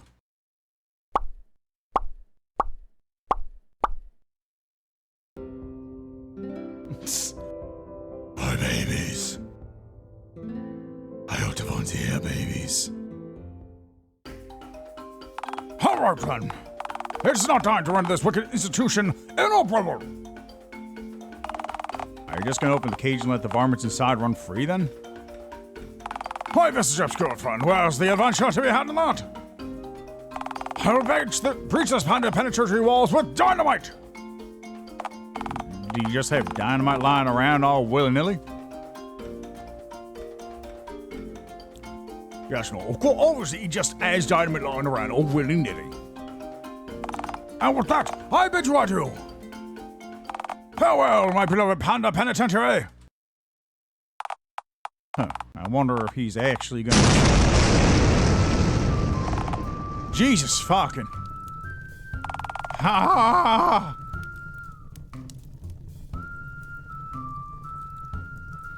You okay, Norm? No, I'm pretty fucking far from... That mustachio feel could at least give me a warning before he... Does he know I have ears under here? I do too.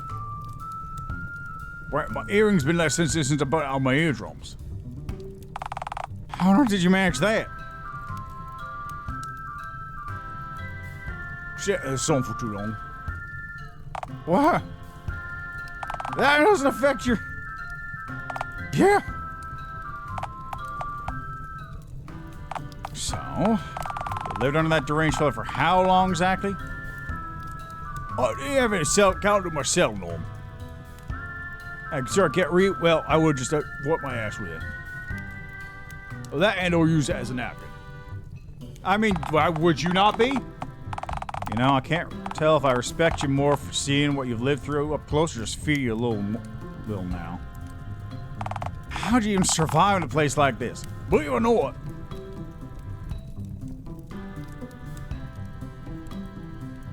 you can't make a slate for broken limbs out of duct tape. Gee, and I reckon that I had survival skills. Who's that? No, it couldn't be. Is it? Phone. What are you talking about? Bigfoot, my darling, it's you. Holy shit. That's fucking Bigfoot. What the Oh. Shh, baby, it's okay. This is not, he's a friend. Yes, baby, he's an ally of Scorch. Oh, it's a paper bag, it's covering up his Norm face. Isn't that right, Norm? Was Bigfoot just here the whole time without me knowing? Why didn't anyone try to tell me? I told you it numerous times. That doesn't count somehow. It counts, baby, it counts.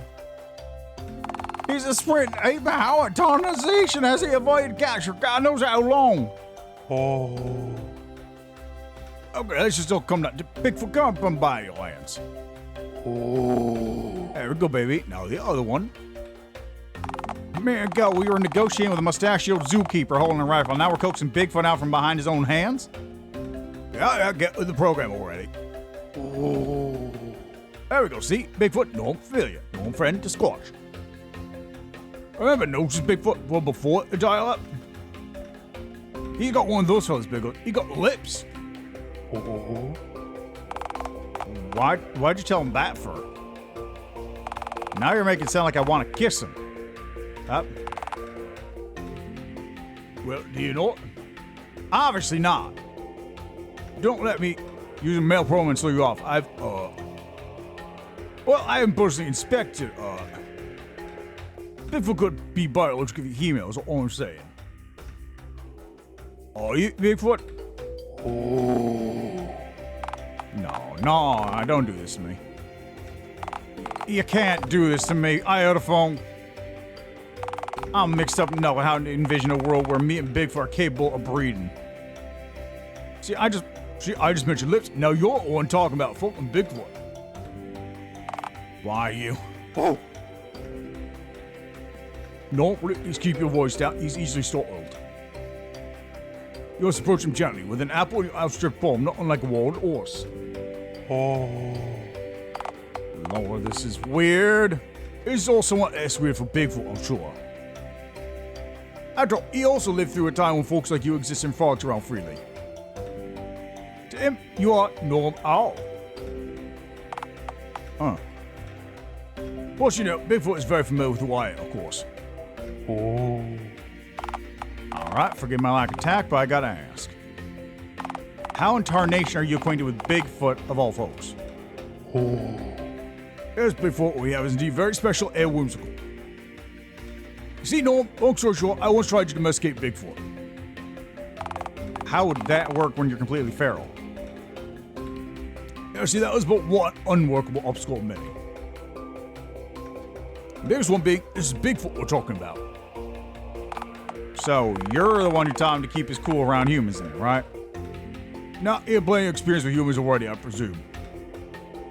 That can't be right. You fought in the Korean War, right? How was your Korean? I could speak it passably years ago, I suppose. You learned the language dropping bombs from planes. Bigfoot sure as hell can learn about humans spreading through his nation's forests and national parks. Who knows, maybe Bigfoot even managed to learn a few human words. If so, do you think he'd understand things like human profanity, or would those words be Greek to him? Good question. You know, fuck it, Bigfoot. Oh. Don't phrase it like that. You're playing with fire when you ask Bigfoot stuff like that. At least tie him to a post for a bit, or put a collar and a leash on him before you ask a question like that. Please and thank you. Oh, well, a moment ago you were all about freedom. Someone's a wee bit of a hypocrite, ain't they? First of all, that ain't a natural sounding use of the term, ain't. Secondly, for your information, my moral compass ain't calibrated for a world where Bigfoot just happened to be running muck in my immediate vicinity.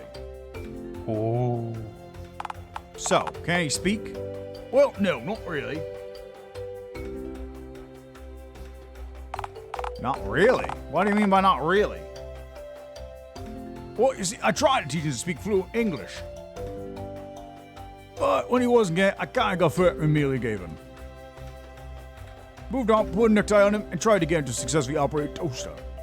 Oh. Yes, before it was an unmitigated disaster.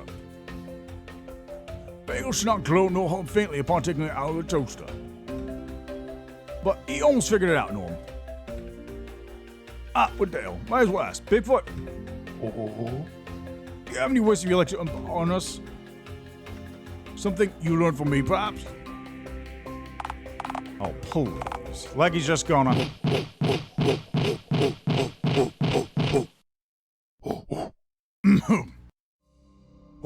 Me, good. Bigfoot, good. You, good. You, good as are. Oh, there he goes, sprinting off into the woods. Huh. Do you think he decided to leave at that moment because he sensed he was no longer needed? That his work here was done? Now, he just sort of does that. Huh. You know, I have to admit, I'm a tad surprised. Actually, nah. For now, I feel right now simply being surprised would be like calling Twister sucked up your paw a light breeze. Is that a cultural expression or like... Look, when we met, I figured talk of helping folks nut more manipulative bullshit.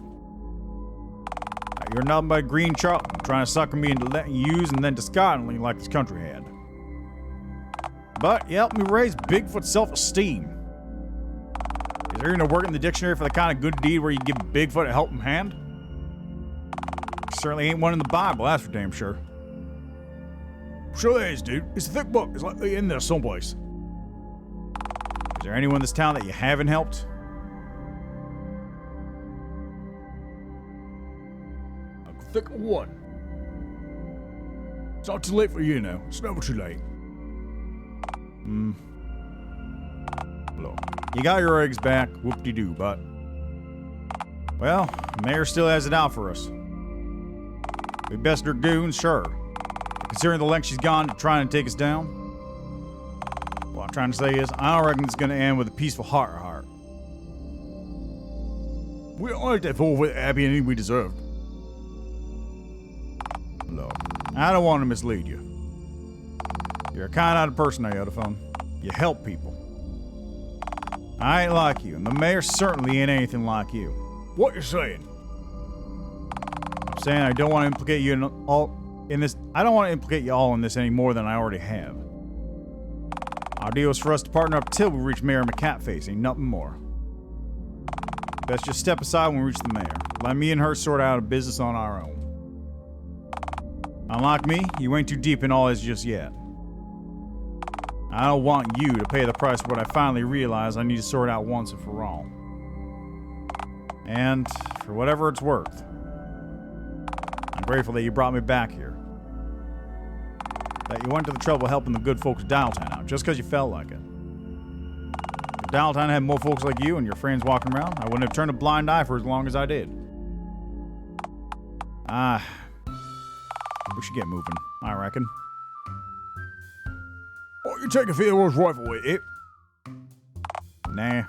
Think about it further. I think it's best if I just do my single action for what I gotta do. When every hundredth of a jiffy marks the difference between life and certain death, I think it's probably best to stick with what's familiar, you know? Dropped at our feet back when the dynamite went off. You wanna grab it?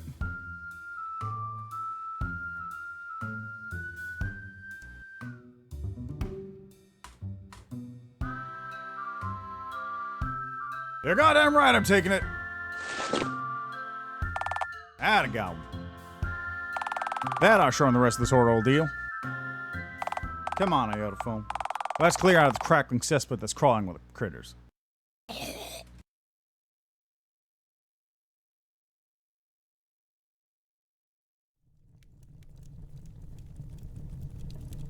Well, this ain't much of an improvement. I'm generally surprised it's gotten this bad. I reckon the zoo's walls would shield downtown from even some of the raging inferno and the riled up animals. What walls? What was it just explode? Fair point. At any rate, there's only one thing left for us to do. Get to town hall and confront that damn mayor once for all. You stitched together sloth, you viridescent villain! Well, looky who it is. I've been waiting a long time for... Out of my way, freak! This is between me and the green one. Excuse me.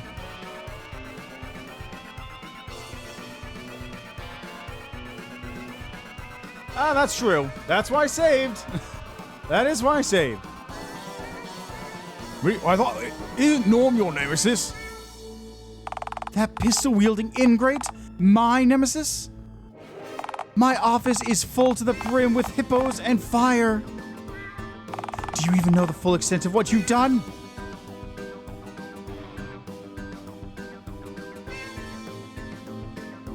Okay, flaming up was news to me, admittedly. You've torn apart the social order of Dialtown, the society that I so tirelessly cultivated like a depraved dog in a manger. Listen here, Missy. My friend ain't here to pick a fight with you. I am. I've been itching to teach you a lesson for a long time. Oh, that's Rich. The bumbling hick from Bumblefuck Nowhere is going to teach the mayor of Dialtown a lesson. Norm, you're nothing to me. But before today, you hadn't entered my head once since the day I kicked you to the curb. Just as I'd planned, you spent every day after your exile from Dialtown camped out in the wilderness, stewing in your own bitterness like a petulant toddler stuck in timeout. But them? Me? You! I should have torn your head from your shoulders and hurled it into the next state, just like the others suggested. I should have filled you so full of lead you would have set off metal detectors in Minnesota. Oh, you... It was all going exactly to plan. Every one of my specifications diligently met, and then you dragged him back to town after years of sulky inactivity, divided and deterred my best goons. And now the whole city has been set ablaze. Years of planning, all disintegrated in a single crime spree. And for what? All for a deranged monster who can't tell when they're not wanted. Now, Missy, if you want to pick a... Norm, how are you not getting this? I don't care about you. Frankly, it's beyond laughable that you somehow think you're in the loop, that you understand why any of this is happening. Yeah, I know, right? I don't see why she's so upset at me. I'd go talk to Theodore. You're a pathetic little man, Norm, and you want me to consider you a significant variable in all this? After you just spent the last 3 years of your life licking your wounds in the middle of bumfuck nowhere, too afraid of me to strike back? You're nothing. And if you weren't a freak, you wouldn't stand out to me at all. Oh, so I'm the freak? Someone clearly can't see further than her whiskers. You're as strange as they come, Missy. Difference is you get to boss others around, tell the honest folks of this town what they have to consider normal. There ain't nothing normal about you, though. No siree. None of this has anything to do with what I consider normal, you bagged cretin. This is how Dialtown is meant to be. My grandfather's vision. Yeah, well, unlike you, I've actually met your grandpappy. I knew Callum Crown, the real Callum Crown. Not the face plastered on that postcard you've been clutching for all these years. Hell, I saw the Dialtown that you're trying to recreate with my very own eyes. The Dialtown of today ain't nothing but a soulless husk of what it once was. And you're a soulless husk of a leader, too, unfit to carry Crown's name or lead his city. Back in our day, the pussycats weren't left in charge of whole cities. Excuse me? I've reinvigorated this town, revitalized it. This town has grown, developed, blossomed because of my vision, my leadership. I am the blood that flows through this town's veins. I've earned my place here. Yeah, and I soar above smoke-filled battlefields and godforsaken war zones for this country. Hell, even jet off into space all for Uncle Sam.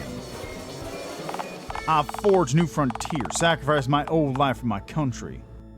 And now, thanks to you, I've gone from jettisoning bombs to aircrafts to being the one jettisoned. Some thanks I got for my service, eh? I could say the same for your grandpappy's service to our country. Festering away in that old nursing home without a single memory left in that head of his. He deserved better.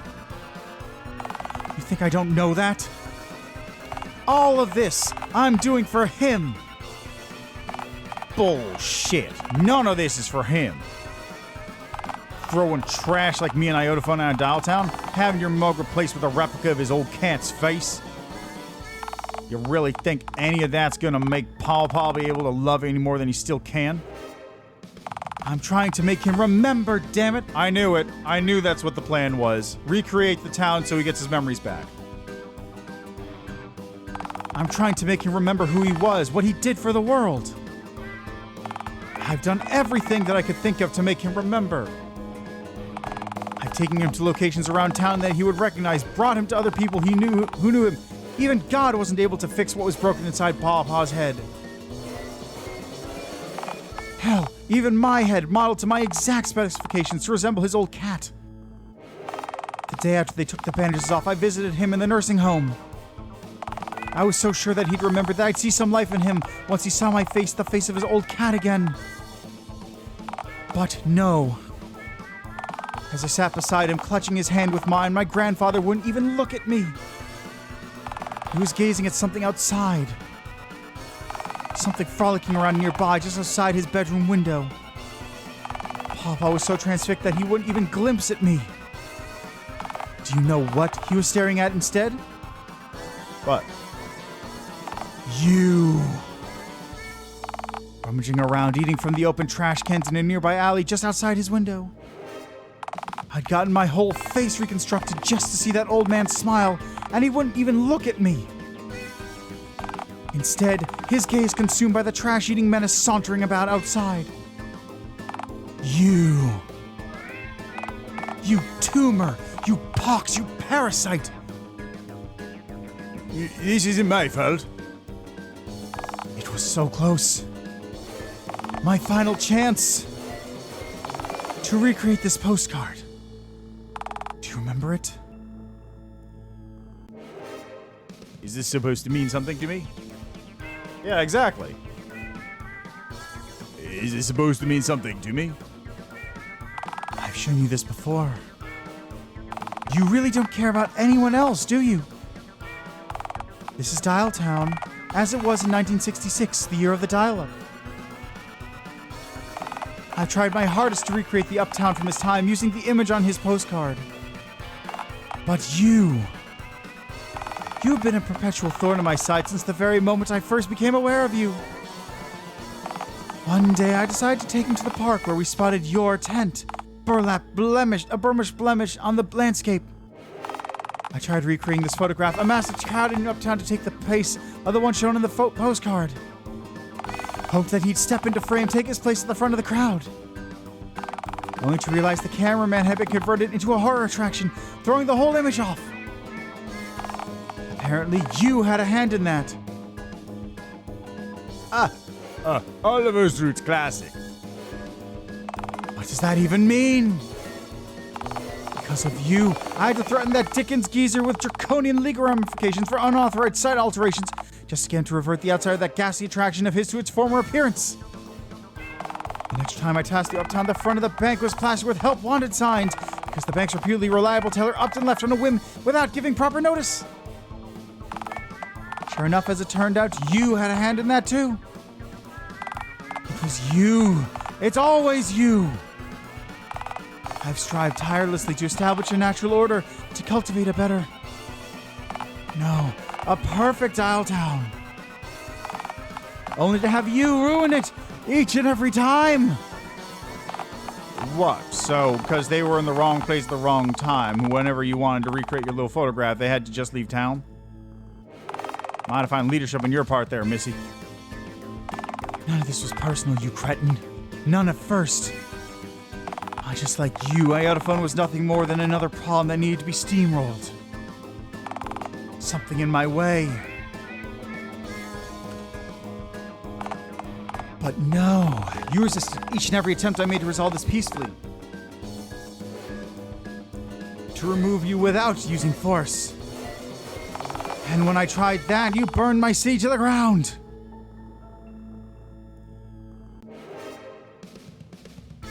I didn't start the fire.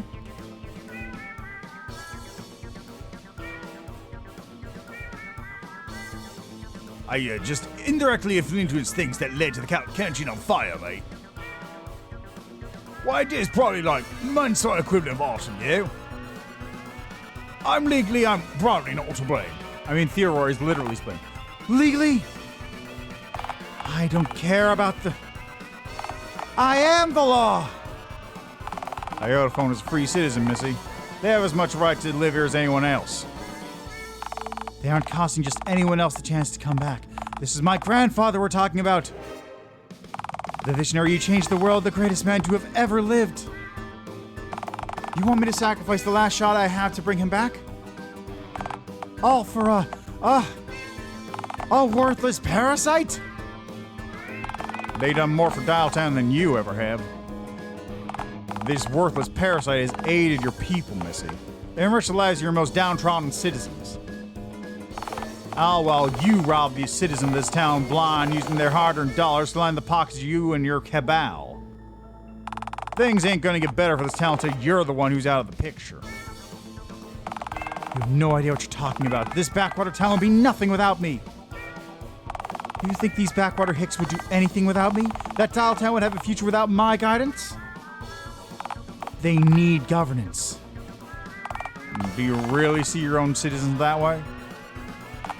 Oh, that grandpaper would have hated you. I'm going to fucking kill you. And when I'm done with you, I'll move on to your green friend. Take them out in front of the whole town.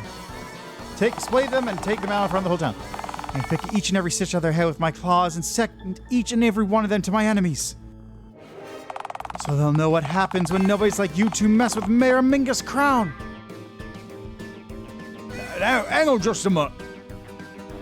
You ruined enough lives, Missy. You're out of chances, out of time, and shit out of luck. I'm putting you down, here and now. Wait. Norm, wait. You fool, I have cat-like reflexes. I can leap faster than a bullet could leave the barrel of your gun. You'd miss, and then I gouge your eyes out with my razor-sharp claws. Do you honestly think you can leap faster than a speeding bullet? You're out of your goddamn mind. Norm. Go ahead, try. Make my day. You'd miss. I don't miss. So, here we are. Together we departed, and together we peregrinate. Pregante? No, I laid my eggs back to Act... Pregante? No, I laid my eggs back in Act 1. Don't you remember? Ah, shit. Am I pregnant again? Ayotophone, it's a pleasure, as always. Oh, hey, narrator. I feel you haven't talked in a while. Truth be told, I haven't had much to say since you met Norm. Well, I haven't had to say much, rather. I suppose I was more useful back when you were a hermit and didn't care about anyone else. You know, back when you didn't have anyone else to keep you from wandering into oncoming traffic. But now, look at you. Dare I say, you've blossomed. I have? You've got a family, Ayotophone. A dysfunctional one, granted. And yes, one full of people who aren't actually related in the slightest. And sure, okay, one of them happens to be Bigfoot. But, as they say, a family which happens to contain Bigfoot is still by definition a family. You've come a long way, Ayotophone. Whoa, epic. Oh, hey, you're good at explaining things, right? Apparently so, yes. So, what's going on right now? I'm not following any of this, to be honest with you. Are you... Norm's gonna kill Mayor Mingus. That is, unless she is, in fact, able to outleap a speeding bullet. In which case, she's gonna gouge his eyes out with her claws before he can reload. Huh. Are you willing to just stand there and let this happen? Well... This is it. Speak up, Ayotophone. The ending of the story is in your lime-hued hands. Yeah, alright, here I go. Norm? Ayotophone, this ain't a good time. We can talk with... Norm.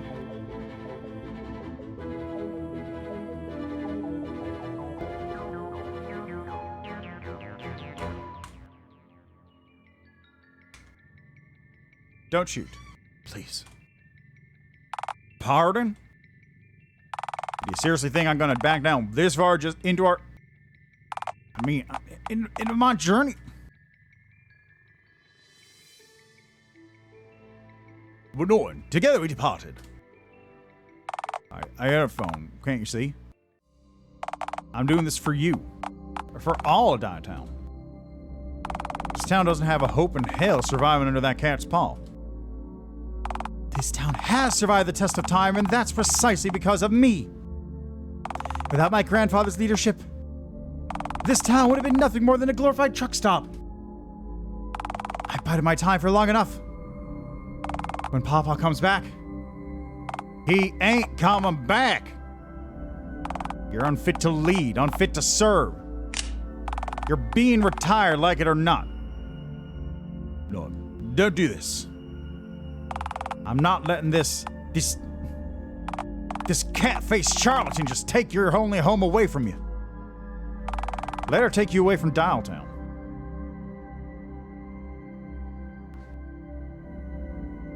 You're better than this, dude. None of this even remotely about me anymore, partner.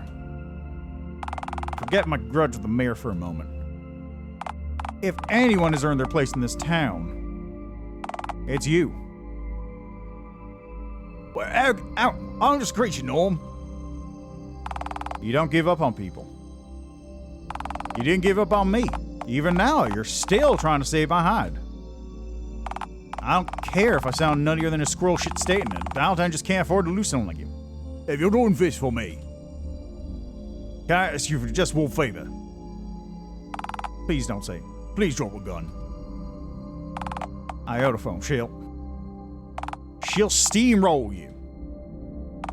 Oh, believe me, I will. See? Shh, I'm trying to save your hide here. She doesn't deserve mercy, Iotophone. You don't have to do this. Except I do. You do. You're friends now. You don't have to go. You don't have to go after all this is over. We got a number. We'll stand behind you. That is, if you don't prove it right. Iotophone. There's your one shot, no. Prove years of propaganda wrong. Your one shot to prove the mayor a lawyer.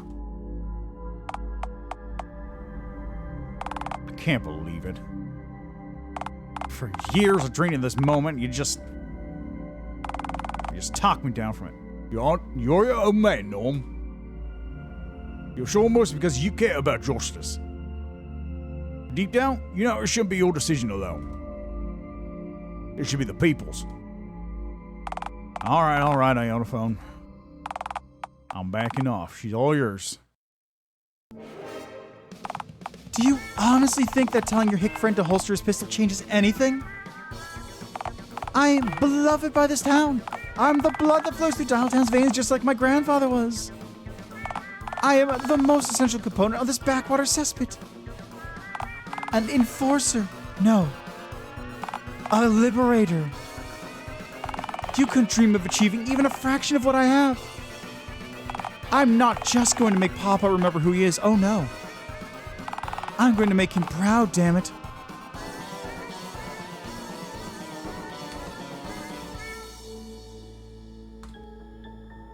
I've got a gun. I'm the one holding a gun here, Mingles. Ooh, gun. You won't be for long. I'm going to splay you out in front of the entire town. For the first time in your life, your bones are going to get to see moonlight. Crikey, it is a real pickle, ain't it? If you talk like a goddamn British person in my company again, I will do everything in my power to give you a brain aneurysm, you know. What I need is Deus Ex Machina, damn it. What threads are left remaining? What law hath remained unrevealed? Man, I don't know. Your backstory / origin, perhaps? Oh. I was like reporting a fast food restaurant ball pit while screaming, dead end. Something to do with Randy, maybe? Randy died as he lived, not relevant to any of this movie. Move on. That dead raccoon you picked up a year or so ago against my best wishes? You can't help me now. He fell apart a year ago like sorry tissue paper. Here's my pitch. Mayor Mago's postcard. Ask to see it, then. Quick, Scott, down like this loose. She's in book while she's recovering. I'm going to fade the screen to black now. I'm not responsible for what you decide to do once your autonomy is restored. Hey, before you kill me to fucking death with your glut ends and such. Can I see your postcard up close? What kind of troglodytic trusting tabby do you take me for? Give me... If I hand you the postcard, you'd likely just devour it like a slice of white cheddar.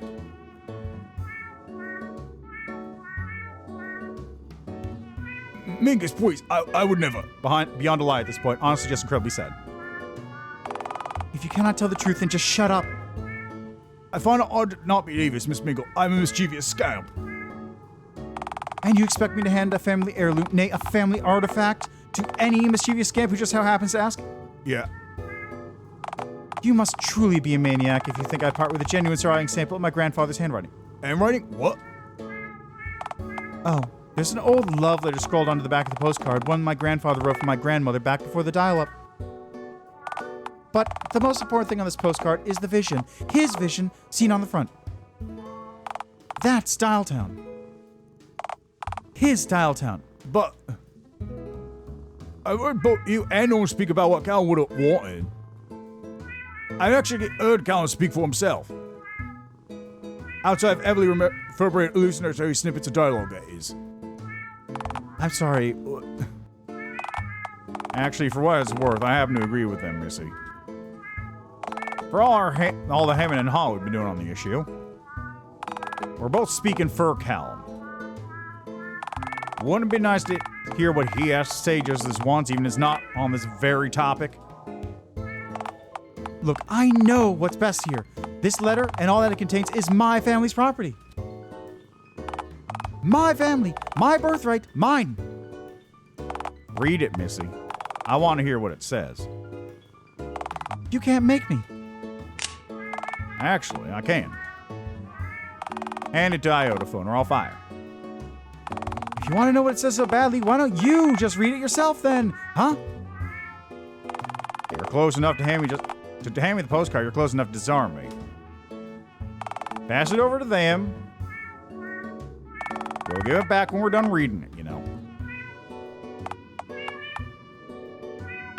Go ahead then, shoot me. Just try. Mingus. All right. One glance, then straight back. Let's see here. It says... Oh, right. I can't read. Yep, exactly as everyone else here can recollect. Iotophone, just hand me the postcard. I'm fine with you getting close. That was the plan, after all. Now, hold on. I'll try. I got a few words on the last one. I'll try to sound it out. Dialtown 9 T66 hot dog. They're not getting it. Hand it back before they devour it. Iotophone, for the love of all that's holy. Just hand me that. No, I can do this. I just need to match what he'd have written.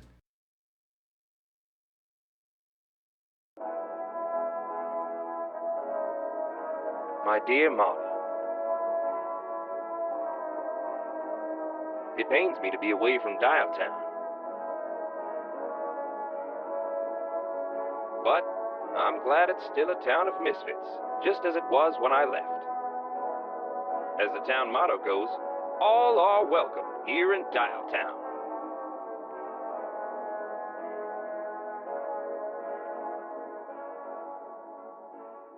Huh.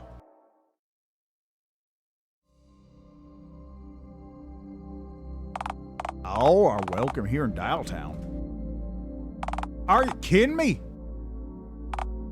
That quote's out of context. It ain't. What part of old ain't you here?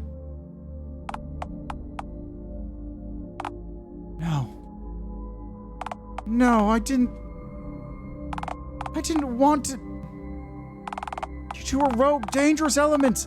You just gave me no other choice. Dear Lord, there's really no excusing any of this. The audacity. You really reckon you knew what your grandpappy wanted even better than he did, huh? Any wrong that I've done for Dialtown. He would have understood that I merely did what I had to do to save his vision if he found out what I've done after I bring him back. Right?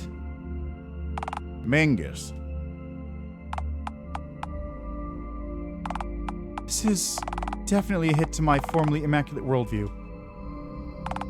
Am I a monster? Good Lord. Just spending so long on my own, unable to bring a plan lost to time. His vision to fruition, the words on the back of the postcard seeped away, leaving only the happy photo on the front. Hi, Zesty Von Girl, how you doing? Howdy indeed. And once my last connection to Papa faded, I huddled around the only warmth I could still feel when I gazed at this postcard. My burning desire to bring him his world back to us. I miss him so much, Iotophone. But how can you miss a man you never really met? You lost his memory before you were even born. But how you doing, ST Fangirl? How you going? How's it going? I feel that in a way I have met him. Every time I see someone else make a call on their phone head or write using their typewriter head. Every time I see someone walking with one of his prosthetic limbs. There's a tiny piece of him in everything around us. I see him everywhere. I just wish he could see me too. I just wanted Pawpaw to tell me that he was proud of me. Hey, now. You've achieved a hell of a lot. Last time I saw him, he actually looked at me and called me Marla, somehow thinking that I was my late grandmother, and he asked me if I'd do it all over with him if I was given the chance. I obviously didn't want to tell him who I really was, that Mama was no longer with us. Yeah? Yeah, she did. She's falling to earth, and now she's seeing the light. Forcing him to re-experience the heartbreak all over again, only for it to be lost alongside his fleeting lucidity moments later. So I answered as if I were her, responding just as I hoped she would have. Yes, my songbird, I would. He stared off, now content, his gaze slowly drifting toward the floor, and didn't say another word. I would have given anything to give him that chance, Ayotophone. A chance to make Pawpaw proud. Ma'am, for what it's worth, I knew President Crown, and recent mishappenings aside, if he were here right now, I think he'd tell you that he's mighty proud of you. He said earlier he would have hated me. Right. And you called me a monster, to be fair. I'm happy to get back to my word on this one instance. Go back on my word on this one instance if you are.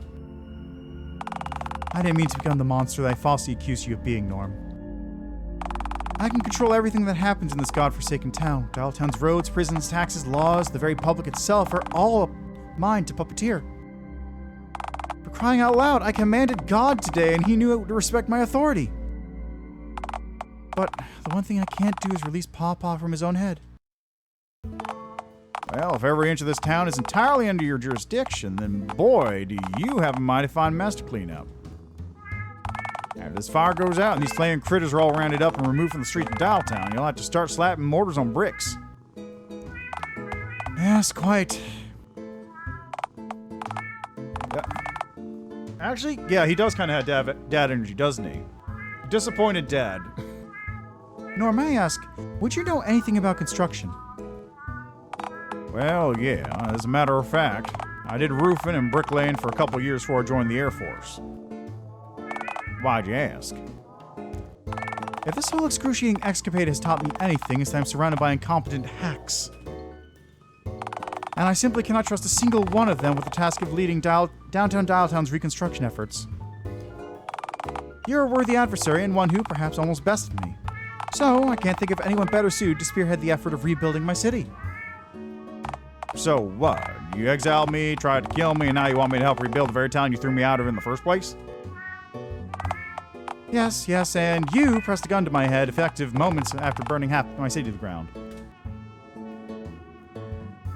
In fairness, the war is mostly responsible for the ensuing inferno. Fuck a dynamite! I'm knocking my face till it's signature skin on it. You see what I mean about the utter incompetence of my lackeys? Moron. And it goes without saying, Norm, that if you were to do this to me, you would naturally be granted a royal pardon, and with it, the freedom to live here in peace. Does it also go with saying? Yes, which is exactly what I just said it. Ooh, nice. So that means I get to stay with my new... Well, that means I get to stay with my new friend. I mean, yeah, alright, this is acceptable, I guess. Well, on one condition it is. Alright, state it. If I'm sticking around, I won't turn a blind eye to injustice. Fire them two queer henchmen of yours and... Your vernacular makes it difficult to tell if you intend for queer to mean strange or gay. Why would you interrupt me to point out such a needless distinction for those two clowns? Cowboy Sundare? Apologies, continue. Hire me as your new sheriff. No. What if I was to use one of my own guns, which means you could add the cost of my pistol and ammunition to your budget in order to launder a few $100 and buy yourself some fancy schmancy expensive milk? Astounding. You're not even my sheriff yet, and you're already corrupt. Yet. Well, yes, obviously I want the crime milk, the tastiest, most forbidden dairy product. Good. First mandated sheriff, we need to talk about some of your laws. You know, your particularly draconian ones. We can discuss them later. All right, then I'm out. Good luck finding someone else to lead your construction effort. Guess we'll have to put Little Billy in charge of the explosive you'll be using for demolishing those burned building husks, huh? Oh, good lord, I'd rather fake my own death than move to a roach town in Vegas, and then you consider that timeline for a moment longer than it is legally necessary. Fine, fine. I'll agree to one single change now, and we'll discuss the rest later. Lower your tax rate by no less than 25% for all cities in Dialtown. Absolutely not. This town needs every cent allocated in the budget for its various nectaries and to fund my rigorous beauty regimens. Beauty reg... You're a cat. Cut taxes. You don't understand. Lowering taxes by 25% across the board will create a budget deficit of approximately $1 million. Where do you expect me to get that kind of money from, huh? What's your average yearly salary? Well, it's currently around $1 million. Fine, fine. I guess I'll eat nothing but baked beans for a year. Whatever. That's a mighty fine start, Cattywampus. I reckon that ought to even things out quite a bit. Now the taxes and sheriff dim are out of the way, I only have one last question remaining. What about Ayotophone? Oh, who cares about... I care. Let my green friend here run amok and frolic around this fine town whenever they please. They ain't harming anyone with their tomfoolery. All right. Fine, Ayotophone. Your exile has hereby been lifted, and you've been pardoned of the inexcusable sin of being your true self. Oh, epic, yeah. You get to live in Dialtown in a house of your very own. 10. In an apartment of your very own. 10. I'm not letting you take up valuable public space with it. 10. Fine. In a tent located in a secluded 10 in the park. Oh, for the love of... Fine, 10 to the park then, I guess. But you can't hurl lit fireworks at swans that wander near your tent anymore without paying the same fine everyone else does for causing illegal swan-related explosive incidents, that is. There's a mighty large sacrifice. All right, I guess. Your sacrifice is appreciated. He does care. Aw, in the end. In the end, the real Dialtown were the phones we stuck on heads along the way. A new day is dawning in Dialtown. I can feel it.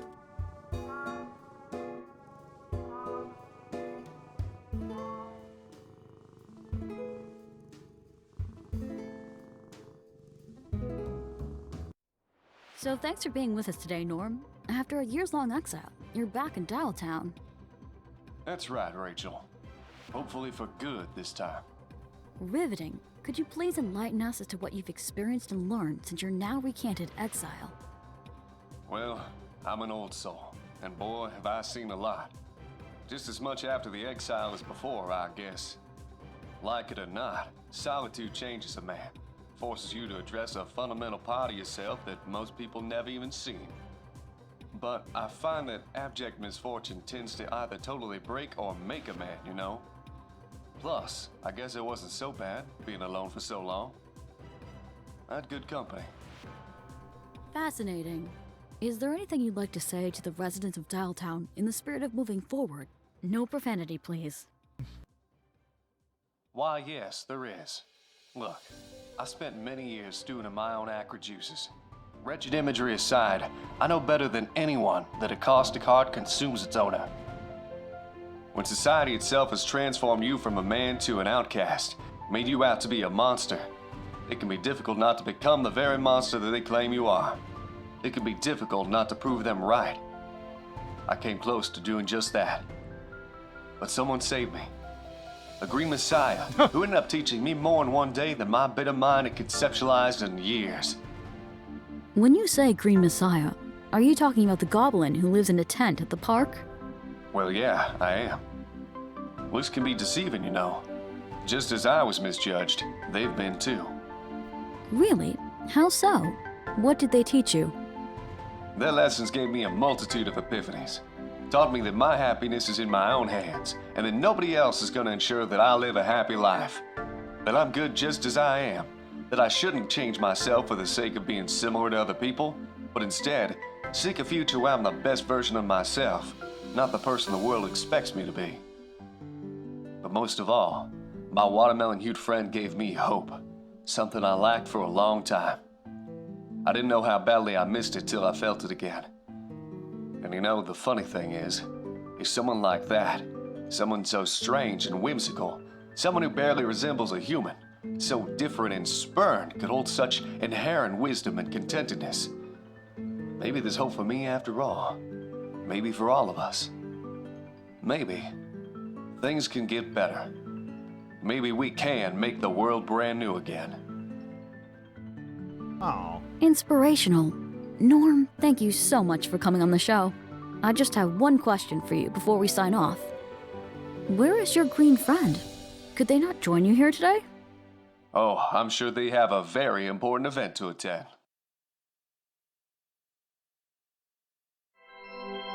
Oh, the eggs! Could it be?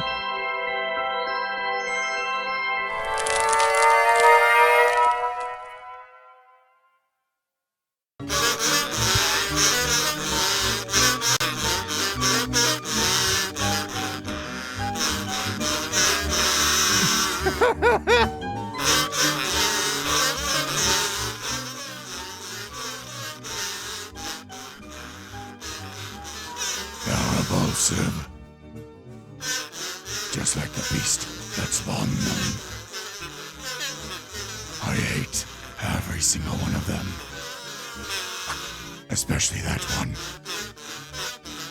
This was a waste, damn it. This has all been for naught.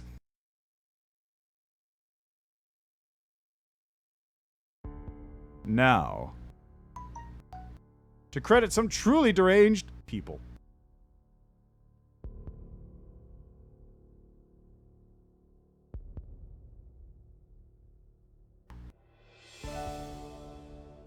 Yay! Dogman! Recent sighting. I guess that's credits. End of the game. Woo!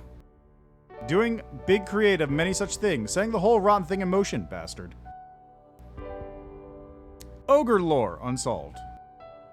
Yours truly, yours houndly, Dogman.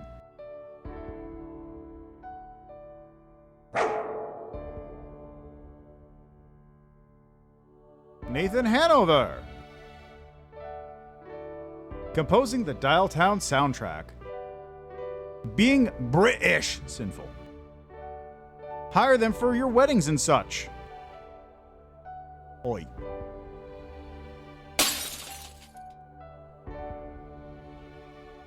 John Stringer. Drawing Dialtown's title screen art. Drawing Dialtown's cinematic slides. Being a bloody top bloke.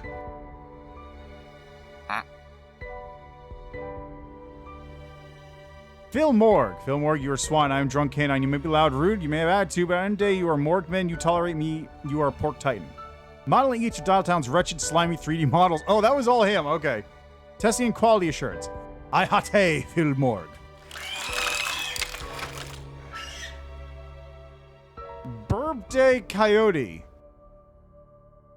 Drawing the Mingles note art. Yelping. To call the noise a coyote makes a bark would be too generous. Exactly 1,024 bonkies. Candid Cosmos. Designing Dialtown's logo, as well as Dialtown's town flag. Drawing my hideous mug in-game. Thanks. Displaying copious amounts of patience whenever I sent a weird meme involving purple fast food mascots her way. Snaz amazing. drawing the Dialtown achievement icons. Not being British. Thank her. Can't thank her enough for that. Just look at that face. Horrifying.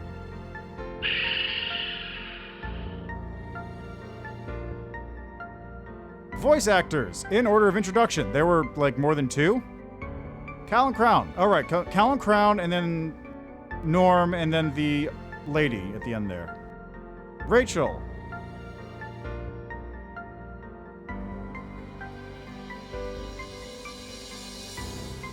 Body models. Imposing black box for copyright reasons, not weird reasons. Like 4 of them. Me. Oliver is Hoodwink. Thanks, man. Karen is Coffee Nat. Norm is Shanbo. Mingus, just the head. I guess it's a cat. Miscellaneous, license from null entity.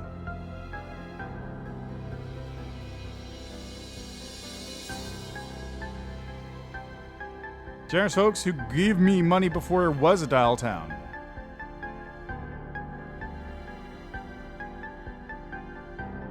Yo.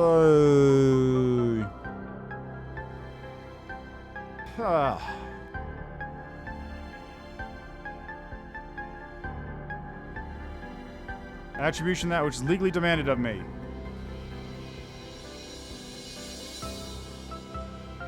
Oh, it's made in JavaScript?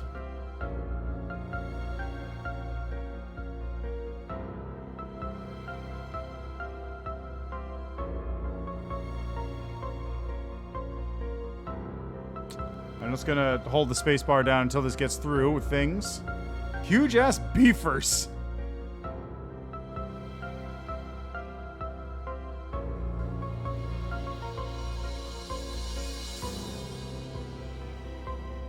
Oh, this is RPG Maker? Okay.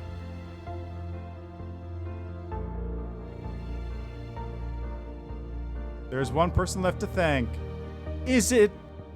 When you're ready, you may proceed to the final screen of the game. Is it me?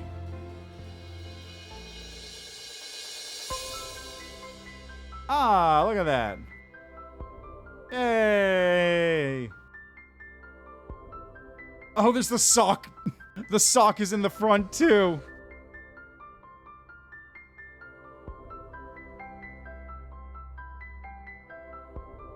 Yeah, look at that. Look at all them people.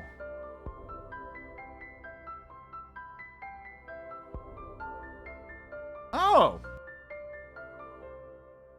Huh. That makes sense if you think about it. It's just a very odd thing to have in there. Of course, the monkey's Bigfoot. Oh, I got extras finally. On music, asset making, oh god. Character sheets, legal disclaimer. Alright. So that is where I'm going to leave Dialtown. That's it. Dialtown is done. I'm aware that Dialtown exists, but I'll leave that for other people to do. Actually, you know what? Oh, there's a new opening theme song. How do I activate Dialtown? Yeah, how do I activate Dialtown? If it's not, I'll just pop in there for like a half second to see what's up with it. No, God no. I have played this game too much and my throat is destroyed. I can't play this game anymore. Okay, so I'll just do this one. Yeah.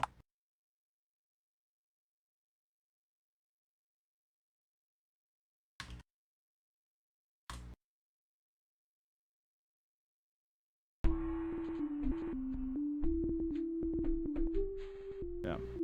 Huh. Seems God is dead again. Damn. I hate when salvation becomes impossible to grasp.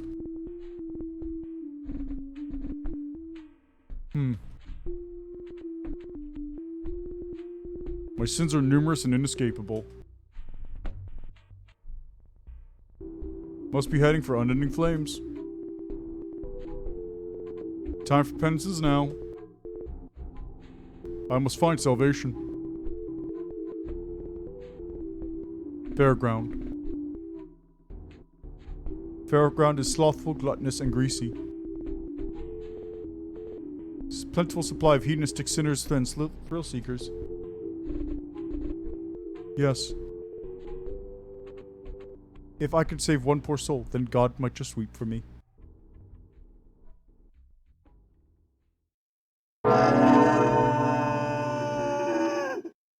Okay.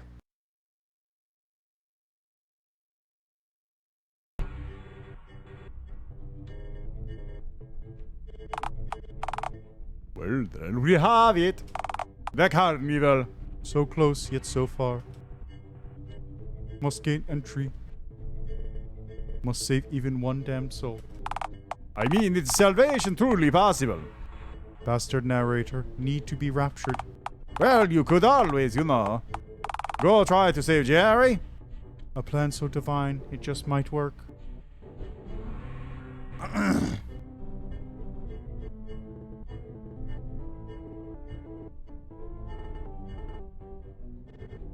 Greetings, punished Jerry. I get that I'm literally weeping blood. My name is still just Jerry, you know. How can I help you today? I wish to save your tortured soul. Take it, Jerry. Is today opposite day? Well, this guy is hellish in red. Alright, how are you planning to save my poor soul anyhow?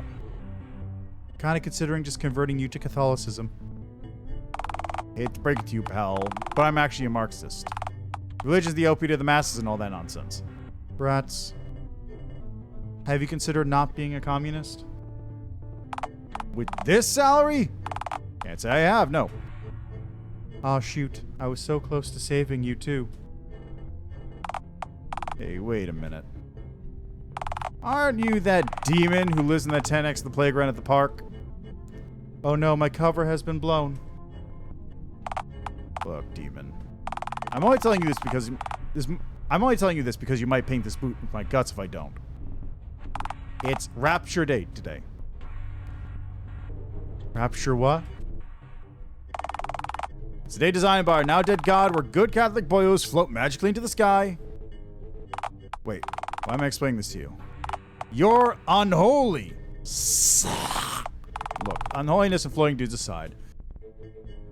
Rapture Day is a day for people who haven't spat in the face of God. They say that on this day, all true believers in the word of God will be spared from all of this. They say that there's a better place than here, a more peaceful place where everything will be okay. But I don't believe a word of it. Look around. There's no one to save us. What kind of God will let something like this happen? God must be dead and we killed him or something. Anyway, that's Rapture Day for you, my demonic friend. Speaking of which, God, presuming he's alive, has a promotion on today. Just for Rapture Day. One free ascension for all baptized believers. If you can somehow convince someone to baptize you, you can, I don't know.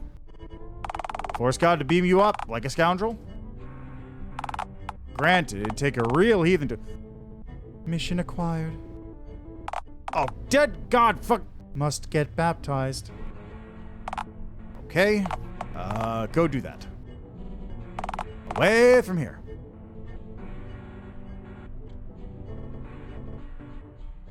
Hey, Ticket Jerry, by any chance, could you baptize me?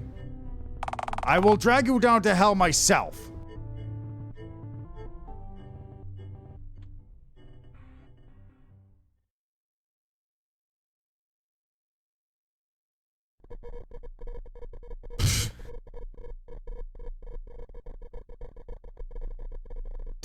Jesus Christ.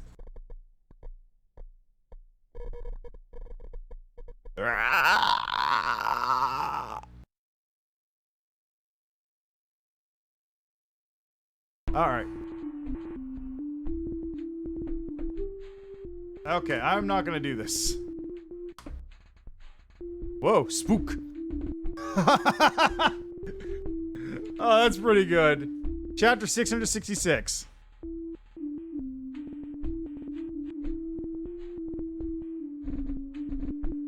Alright, let's get out of here. I'm gonna just go back to the main menu. Alright. So that's been Dialtown. If you want to get baptized, do it yourself on your own time. I'm done. I beat Dialtown. I voiced every single character in this game and destroyed my throat in the process. I will gladly set this game aside. Thank you. Yeah, thanks for coming by. I hope everyone enjoyed the stream and enjoyed me torturing my throat for like 6 weeks.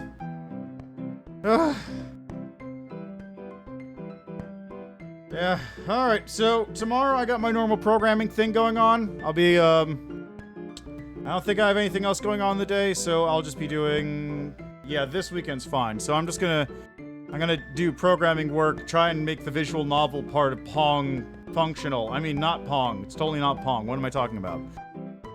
That's that. Next week, who knows? Actually, wait, I think I have scheduled Steel Battalion for next week, right?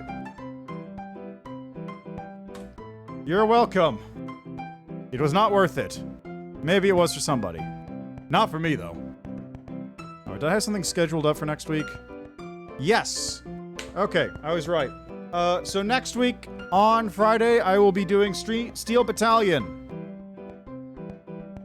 The game with the controller. Because the 12th is the 20-year anniversary.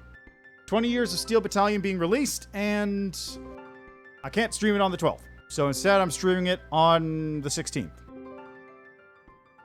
I'm also going to have to get my Xbox set up and find a way to actually play with that controller, because Jesus Christ, it's huge. Anyway, that's that. Thanks for stopping by.